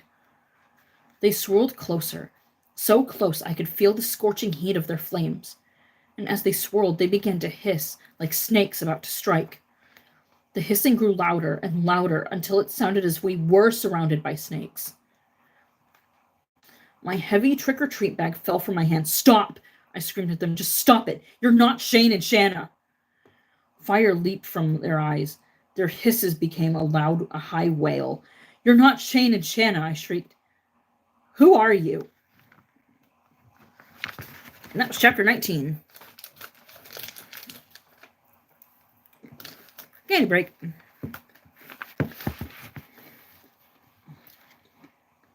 It's a really short one. They swirled to a stop. The bright flames licked out of their grinning mouths. Their shrill wails bounced off the bare trees, cutting through the heavy night silence. Who are you? I demanded again, my voice trembling. My whole body shook. I suddenly felt as if the cold night of the air was seeped inside me. Who are you? Have you done something to our friends? No reply. I turned to Walker. The light of the flames flickered over his face. Through his black makeup, I could see his frightened expression. I swallowed hard and turned to Tabby and Lee. They were both sneering and shaking their heads. Is this your idea of a dumb Halloween joke? Wow, did you really think Lee and I would fall for this? Oh, I'm scared, Lee cried sarcastically. He made his knees knock together. Look, I'm shaking like a leaf. He and Tabby both let out loud laughs. These are real clever costumes, great fire effects, but we know it's Shane and Shanna, Lee declared. No way you're going to scare us, Drew. No way, Tabby repeated. Look. She and Lee reached out their hands. They even grabbed a pumpkin head and tugged. Whoa! They pulled out the fiery pumpkin heads off the creature's shoulders, and then all four of us screamed, because the two costume figures had no heads underneath. Dun, dun, dun! Our screams rose up shrilly, cutting through the night air like wailing sirens. The pumpkin head fell from Tabby's hand and bounced heavily on the ground. Bright orange flames shot from its eyes and mouth. Lee still gripped the other pumpkin head between his hands, but he dropped it when the jagged mouth began to move. The fiery heads grinned up at us from the grass. Oh! I uttered a low moan of terror and staggered back. I wanted to run away, to run as fast as I could and not look back. But I couldn't take my eyes off of the two heads, grinning up at us from the wet grass. As I stared, my heart pounded and my legs started to shake. Someone grabbed my arm. Walker? He held on to me. His hand was as cold as ice. His other hand, he pointed to the two headless bodies. They stood in their dark, flowing costumes. They hadn't moved. The spot between their shoulders where their heads should have been was flat and smooth, as if the pumpkin heads had been balanced there, but never attached. Never attached. Tabby and Lee huddled together beside me. Tabby's tiara was missing. Her hair had come unpinned. It fell in wet tangles over her face. Lee's trick-or-treat bag had toppled onto its side. A pile of candy had spilled over in the grass, inches away from one of the pumpkin heads. The flames inside the heads danced and flickered, and the jagged mouths began to move. Their smiles grew wider. The triangle eyes narrowed. An ugly laugh escaped their mouths, an evil, dry sound, more like a throat clearing, more like a cough than a laugh. No, a moan beside me. I heard Walker gasp. Lee swallowed hard. Tabby was holding onto the sleeve of his bee costume with both hands. She pulled him back until they were standing behind Walker and me. He he he he. Their heads laughed together, flames flickering inside them. Their two bodies moved quickly. They reached out long arms and grabbed the heads from the grass. I expected them to place the heads back on their shoulders, but they didn't. They held the heads in front of their chests. He he. Another dry laugh. The pumpkin mouths twisted in dark, round faces. The eyes stared blankly at us, bright orange, then shadowy flickering with the flames. I realized I was squeezing Walker's arm. He didn't even seem to notice. I let go and took a deep breath. Who are you? I called to the two creatures. My voice came out high and tiny. Who are you and what do you want? They laughed in their ugly laughs again. 22. Who are you? I choked out again, shouting over their dry, crackling laughter. Where are Shane and Shanna? Where are our friends? The flames hissed from the two heads. Their ragged orange grins grew wider. Drew, let's try one more time to run away, Walker whispered. Maybe if we catch them by surprise. We both spun around and started to run. Tabby and Lee came stumbling after us. My legs felt so wobbly and weak I didn't think I could run. My heart pounded so hard and I struggled to breathe. Run! Walker cried breathlessly, pulling my arm. Drew, faster! We didn't get far. Uttering their shrill, frightening hisses, the creatures whirled around us once again, trapping us, holding us prisoner inside their circle of flames once again. No way we could run away. No way we could escape from them.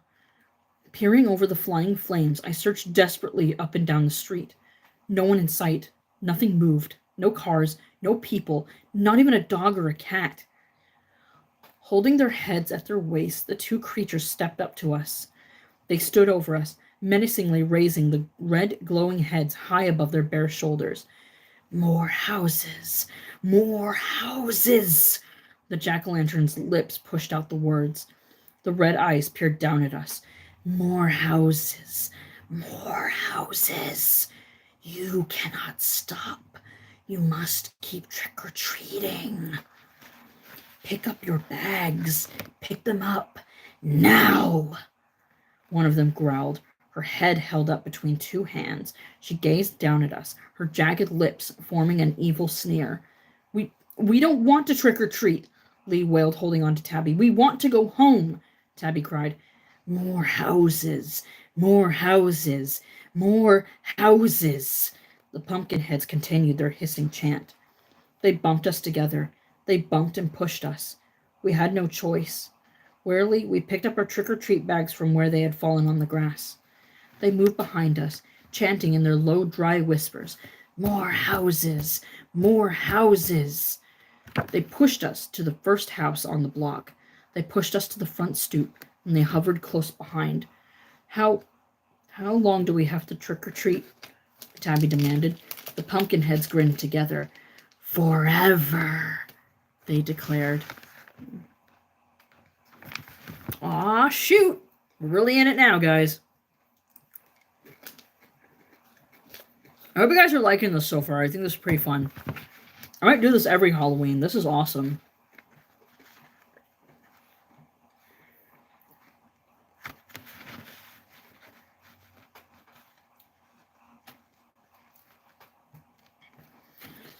A woman came to the door and dropped packages of Hershey's Kisses in our bags. You kids are out awfully late. Do you live around here? She asked. No, I replied. We don't really know where we are. We're in a strange neighborhood and we're being forced to trick-or-treat by two headless pumpkin creatures, and they're saying they're going to make us trick-or-treat forever. Help us. Please, you've got to help us. Ha! That's good, the woman laughed. That's very funny. You have a very good imagination. She closed the door before I could get out another word. At the next house, we didn't even bother to ask for help. We knew no one would believe us. Your bags are so full, one woman exclaimed. You must have been trick-or-treating for hours. We like candy a lot, Walker replied warily. I glanced back at the pumpkin heads. They were motioning impatiently. They wanted us to move on to the next house. We said goodbye to the woman and made our way across the front yard. Our trick-or-treat bags were heavy, so we dragged them along the grass. As we headed to the next driveway, Tabby hurried up beside me. What are we going to do? She whispered in my ear. How are we going to get away from these monsters? I shrugged. I didn't know how to answer her. I'm so scared, Tabby confessed. You don't think these pumpkin creatures really plan to make us trick or treat forever, do you? What do they really want? Why are they doing this to us? I don't know, I said, swallowing hard. I could see that Tabby was about to cry. Lee was walking with his head down. He dragged his bulging trick-or-treat bag behind him. He was shaking his head, muttering to himself. We stepped up to the next porch and rang the doorbell. A middle-aged man in bright yellow pajamas opened the door. "Trick-or-treat," we cried wearily. He dropped little Tootsie Rolls into our bags. "Very late," he muttered. "Do your parents know you're still out?" We dragged to the next house, and then the next. I kept waiting for a chance to escape, but the two creatures never let us out of their sight. They stayed right with us, keeping in the shadows. Their eyes glowed red from deepening fire inside their heads. "More houses," they chanted, forcing us across the street to the long row of houses on the other side. "More houses." "I'm so scared," Tabby repeated next to me in a trembling whisper. "So is Lee. We're so scared we feel sick." I started to tell her I felt the same way, but we both gasped when we saw someone walking along the street. A man in a blue uniform. At first I thought he was a policeman, but as he stepped under the streetlight, I saw that he wore a dark blue work uniform. He had a blue baseball cap on his head. He carried a large black lunchbox in one hand. He must have been coming home from work, I told myself. He was whistling softly to himself, walking with his head down. I don't think he saw us. Tabby changed that. "Help!" she screamed. "Sir, help! Please, help us!" The man raised his head. He squinted at us. Tabby began running across the grass to him. The rest of us followed, dragging our heavy trick-or-treat bags. "Help us! Please! You've got to save us!" The four of us hurtled breathlessly into the street. We surrounded the startled man. He narrowed his eyes at us and scratched his brown curly hair. "What's wrong, kids? Are you lost?" "Monsters!" Lee exploded. "Headless jack-o'-lantern monsters! They've captured us! They're forcing us to trick-or-treat!" The man started to laugh. "No, it's true! You've got to believe us! You've got to help us!" "Hurry!" Lee cried. The man scratched his hair again. He squinted at us hard, studying our faces. "Hurry! Please, hurry!" Lee wailed. I stared up and startled at the man. Would he help us? Chapter 24.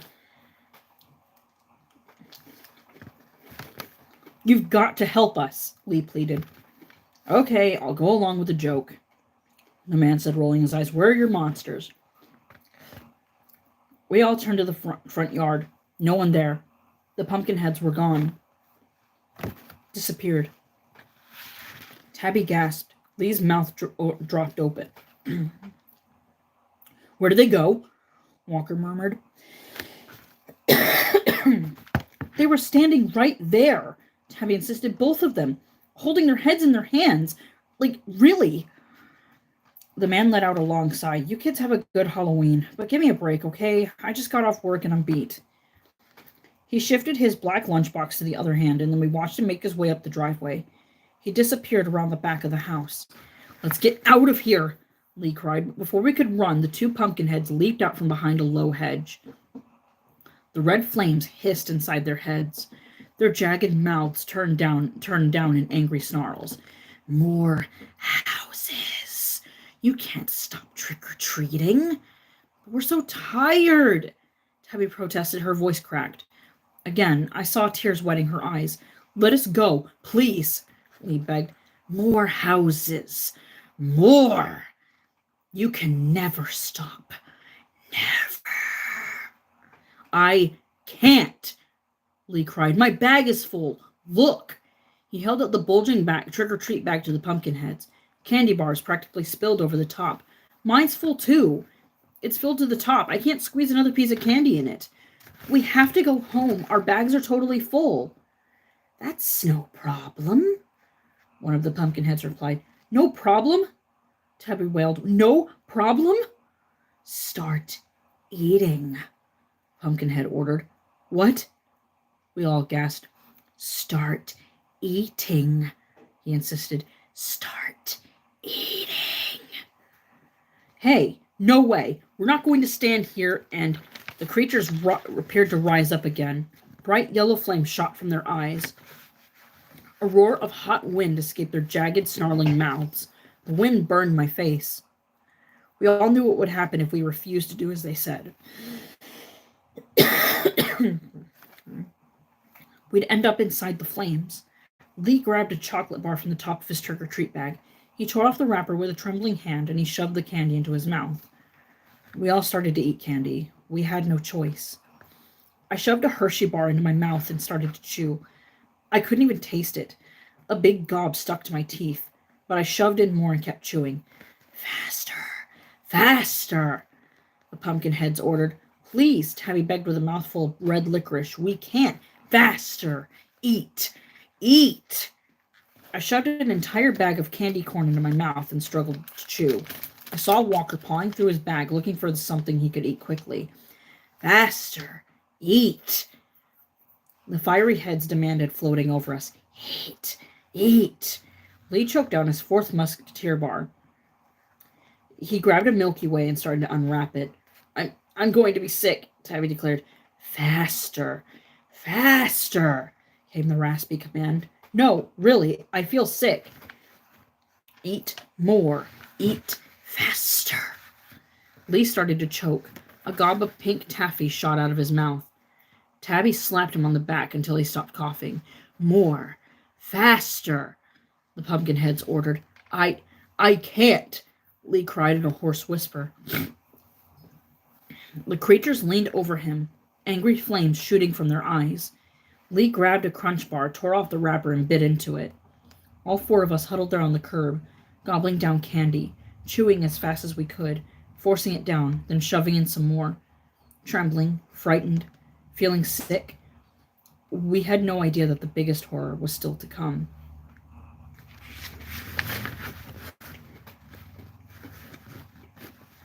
Get a little more comfy here. Glad you guys are enjoying yourselves. This is a lot of fun. I can't eat anymore, Tabby choked out. We'd been stuffing ourselves with candy for several minutes. Tabby had chocolate running down her chin, and I saw chocolate stuck in the tangles of her blonde hair.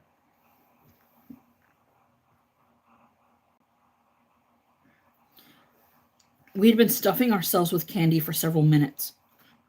Tabby had chocolate running down her chin, and I saw chocolate stuck in the tangles of her blonde hair. Lee was bent on the grass. He held his stomach and groaned.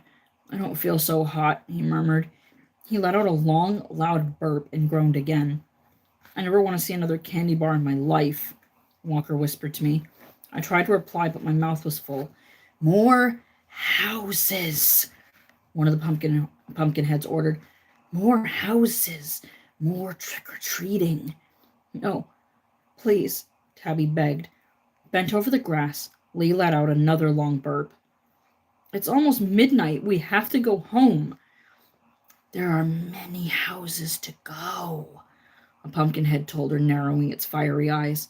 Houses forever. Trick or treat forever. But we feel sick, Lee moaned, holding his stomach. We can't do any more houses tonight. Everyone's gone to sleep, Walker told the pumpkinheads. No one will answer the door this late. They will in this neighborhood. No problem in this neighborhood, the other creature agreed. In this neighborhood, you can trick-or-treat forever. But, I sputtered. I knew it was no use. The fiery creatures were going to force us to keep going. They weren't going to listen to our complaints, and they weren't going to let us go home. More houses, more trick-or-treat forever. Tabby helped Lee to his feet. She picked up his trick-or-treat bag and placed it in his hand. Then she brushed her hair out of her face and picked up her own bag. The four of us trooped across the street, dragging the bags beside us. The night air had grown cold and heavy. A strong breeze rattled the trees and sent brown leaves scuttling past our feet. Our parents must be so worried, Lee murmured. It's really late. They should be worried, Tabby declared in a trembling voice. We may never see them again. The porch light at the first house was still on. The Pumpkinheads forced us onto the porch. It's too late to trick or treat, Lee protested, but we had no choice. I rang the bell.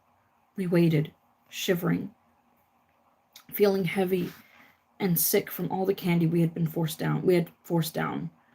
Slowly the door opened, and we all gasped in shock.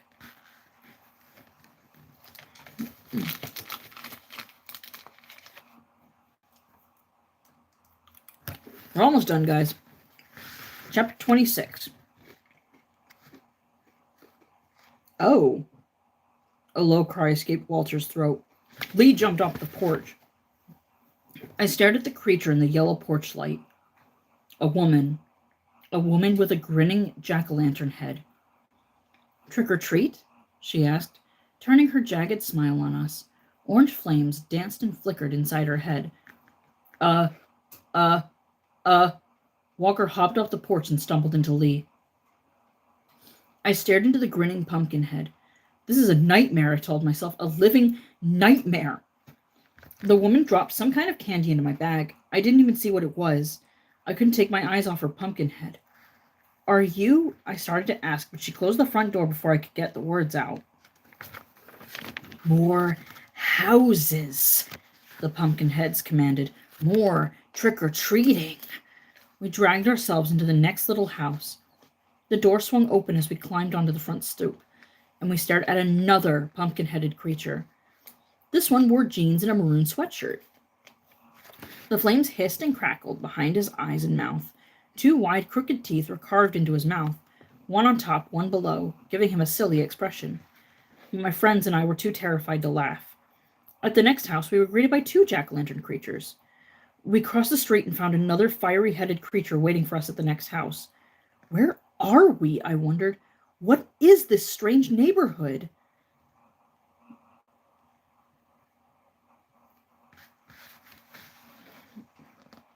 The 2 Pumpkinheads forced us onto the next block. The houses here all had jack-o'-lantern creatures living in them. At the end of the block, Tabby set down her trick-or-treat bag and turned to face the Pumpkinheads. Please, let us stop, she begged. Please. We can't do any more houses, Lee exclaimed. I'm so tired and I really feel sick. Please, Walker pleaded. Please. I can't do another house. I really can't, Lee said, shaking her head. I'm scared. These creatures in every house. She uttered a sob and her voice trailed off. Lee crossed his arms over the front of his striped costume. I'm not taking another step, he insisted. I don't care what you do. I'm not moving.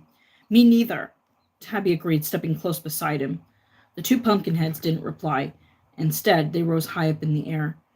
I took a step back as their triangle eyes bulged wide and their mouths stretched open. Bright orange flames flew from their eyes. And then their mouths stretched even wider, and they both let out high wails. The shrill sound rose and fell in the heavy night air, rose and fell like police sirens. The Pumpkinheads tilted back until their flames shot straight up in the sky, and their siren wails grew louder and louder until I had to hold my hands over my ears. I saw a flash of light and turned to see another Pumpkinhead floating towards us from across the street. Oh, I uttered a hoarse cry as 2 more pumpkin-headed creatures hurried out of their houses, and then 2 more, and another creature, and another. All down the block, doors flew open. Creatures floated out, floated towards us, hissing and wailing all at the same time. Flickering, dancing flames shot out from their jack-o'-lantern eyes and mouths, sending orange light into the black sky. They floated and bobbed down the street, across the dark lawns, wailing like sirens and hissing like snakes. Closer, closer. Dozens of them. Dozens and dozens. Walker, Tabby, Lee, and I pressed closer together to the middle of the street as the pumpkin-headed creatures drew near. They formed a circle around us, a circle of grinning, fiery jack-o'-lantern faces over dark-robed bodies. The circle of creatures spun around us slowly, and as they spun, their heads bobbed and tilted on their shoulders. Slowly, slowly, they spun around us, and then as they began to chant in their hoarse, crackly voices, "Trick or treat! Trick or treat! Trick or treat!" "What do they want?" Tabby cried. "What are they going to do?" I didn't have a chance to answer her. 4 creatures stepped quickly into the middle of the circle, And when I saw what they carried in their hands, I started to scream. 27. Trick or treat, trick or treat, trick or treat. My scream drowned out the chanting pumpkin heads. And as the 4 creatures stepped forward, the chanting stopped. Their jack-o'-lantern heads bobbed on their shoulders. Their ragged smiles grew wider as they came near. They held their hands at waist high. In their hands, they each held a pumpkin head. 4 extra pumpkin heads. Oh no, Lee cried out when he saw them. Tabby grabbed Lee's arm in terror. What are they going to do with those heads? Bright yellow flames flickered from the eyes and grinning mouths of the 4 extra heads. These are for you, a pumpkinhead announced in a voice that sounded like sharp pieces of gravel being rubbed together. Oh, a lone moan escaped my throat.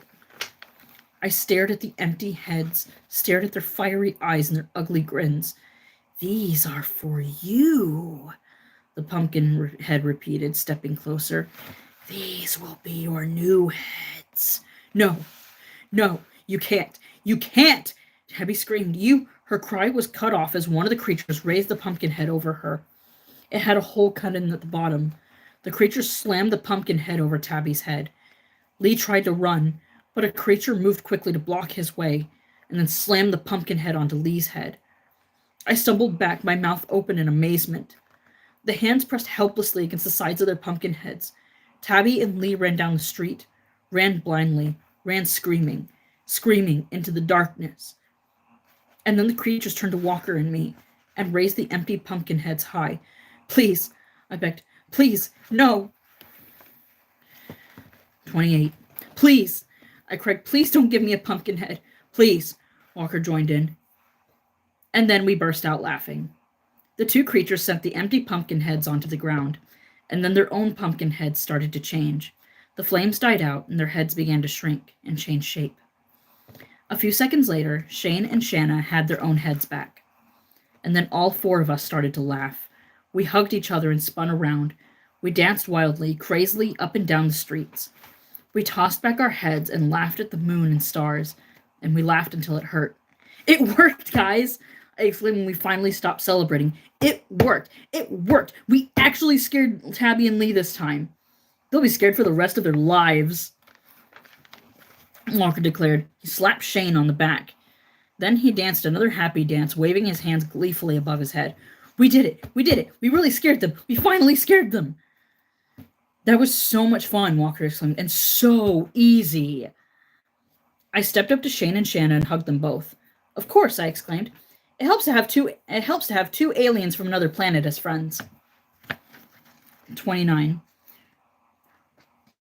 Whoa, take it easy, Shane warned, lowering his voice. He glanced around nervously. We don't want any strangers to know that we're not from Earth, Shanna said. I know. That's why we didn't use your weird powers to scare Tabby and Lee before. This year we were desperate, Walker declared. But we've got to be very careful, Shanna said. Shane rose up and turned to all the other pumpkin-headed creatures who still circled us.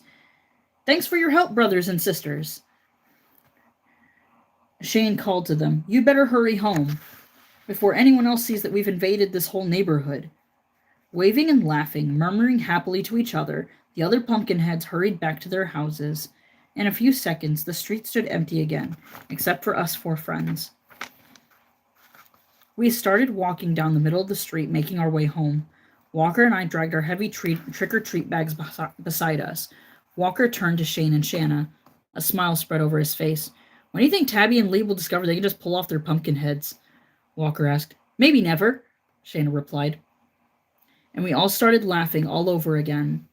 We didn't stop until we reached the bottom of my... Oh, dang it, it did that again. It did the thing again.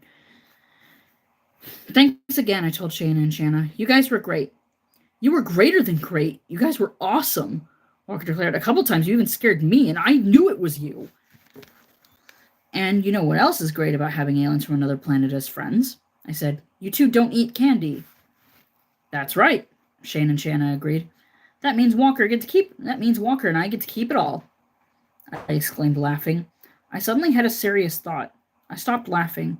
You know, I've never seen you 2 eat, I told the 2 aliens. What do you eat? Shanna reached out and pinched my arm. You're still really bony, Drew, she replied. You'll find out what Shane and I eat when you fill out a bit. Yeah, Shane chimed in. People from our planet only like to eat very plump adults, so you don't have to worry for now. My mouth dropped open. Hey, you're kidding, right? Wait a minute. Shane? Shanna? You're not serious, right? That's a joke, right? Right? And my friends, that was Attack of the Jack-o'-lanterns by R.L. Stine. That was fun. I love that. Holy crap. I did not expect it to be that fun. What'd you guys think? I know, Quantum, you arrived late, so I just wonder what you guys think. I am turning on my fan because it is hot as heck in here. Jeez. As I said, I'm sorry, guys. I'm still getting over a cold.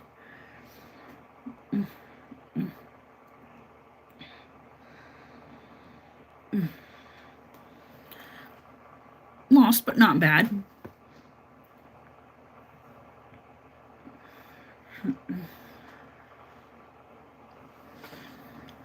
Ending had me laughing hard.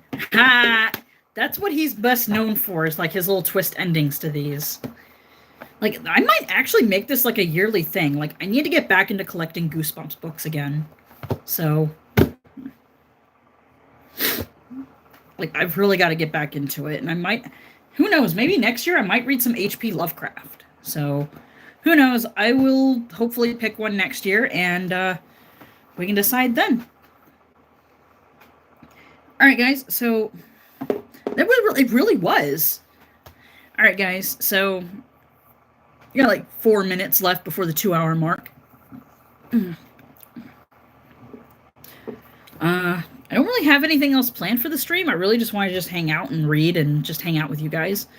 I hope you guys have had a spooktacular Halloween so far. I know I for sure have, and it's only going to get better. So, yeah. Man, I should have gotten like something to like dye my eyebrows green as well. Like, I was thinking about that earlier as I was getting ready.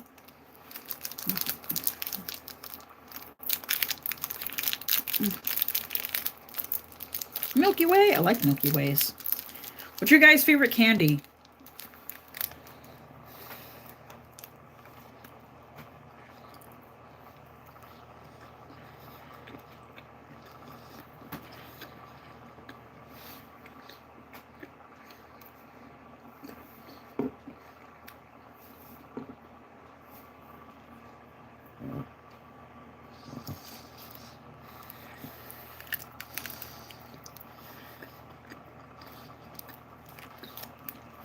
Zero bars. I don't know if those are a thing here.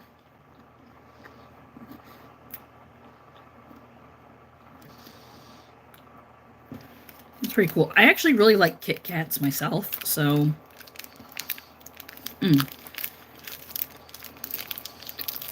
Oh my gosh, I love dark chocolate. Dark chocolate is great.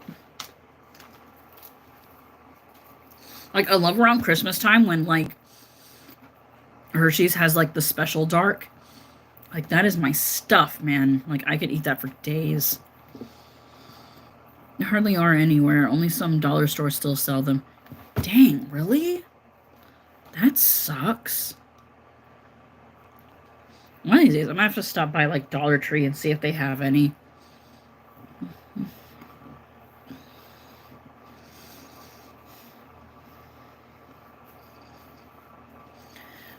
One more minute. Gosh, my throat is killing me. That was a lot of fun, but gosh, like,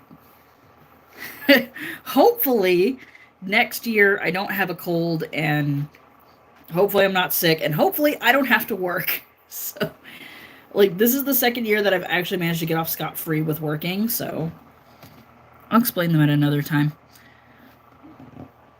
Oh.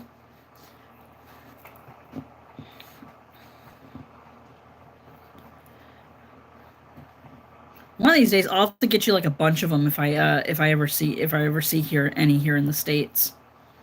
Get you like a bunch of them and like send them up to you and just be like, here you go.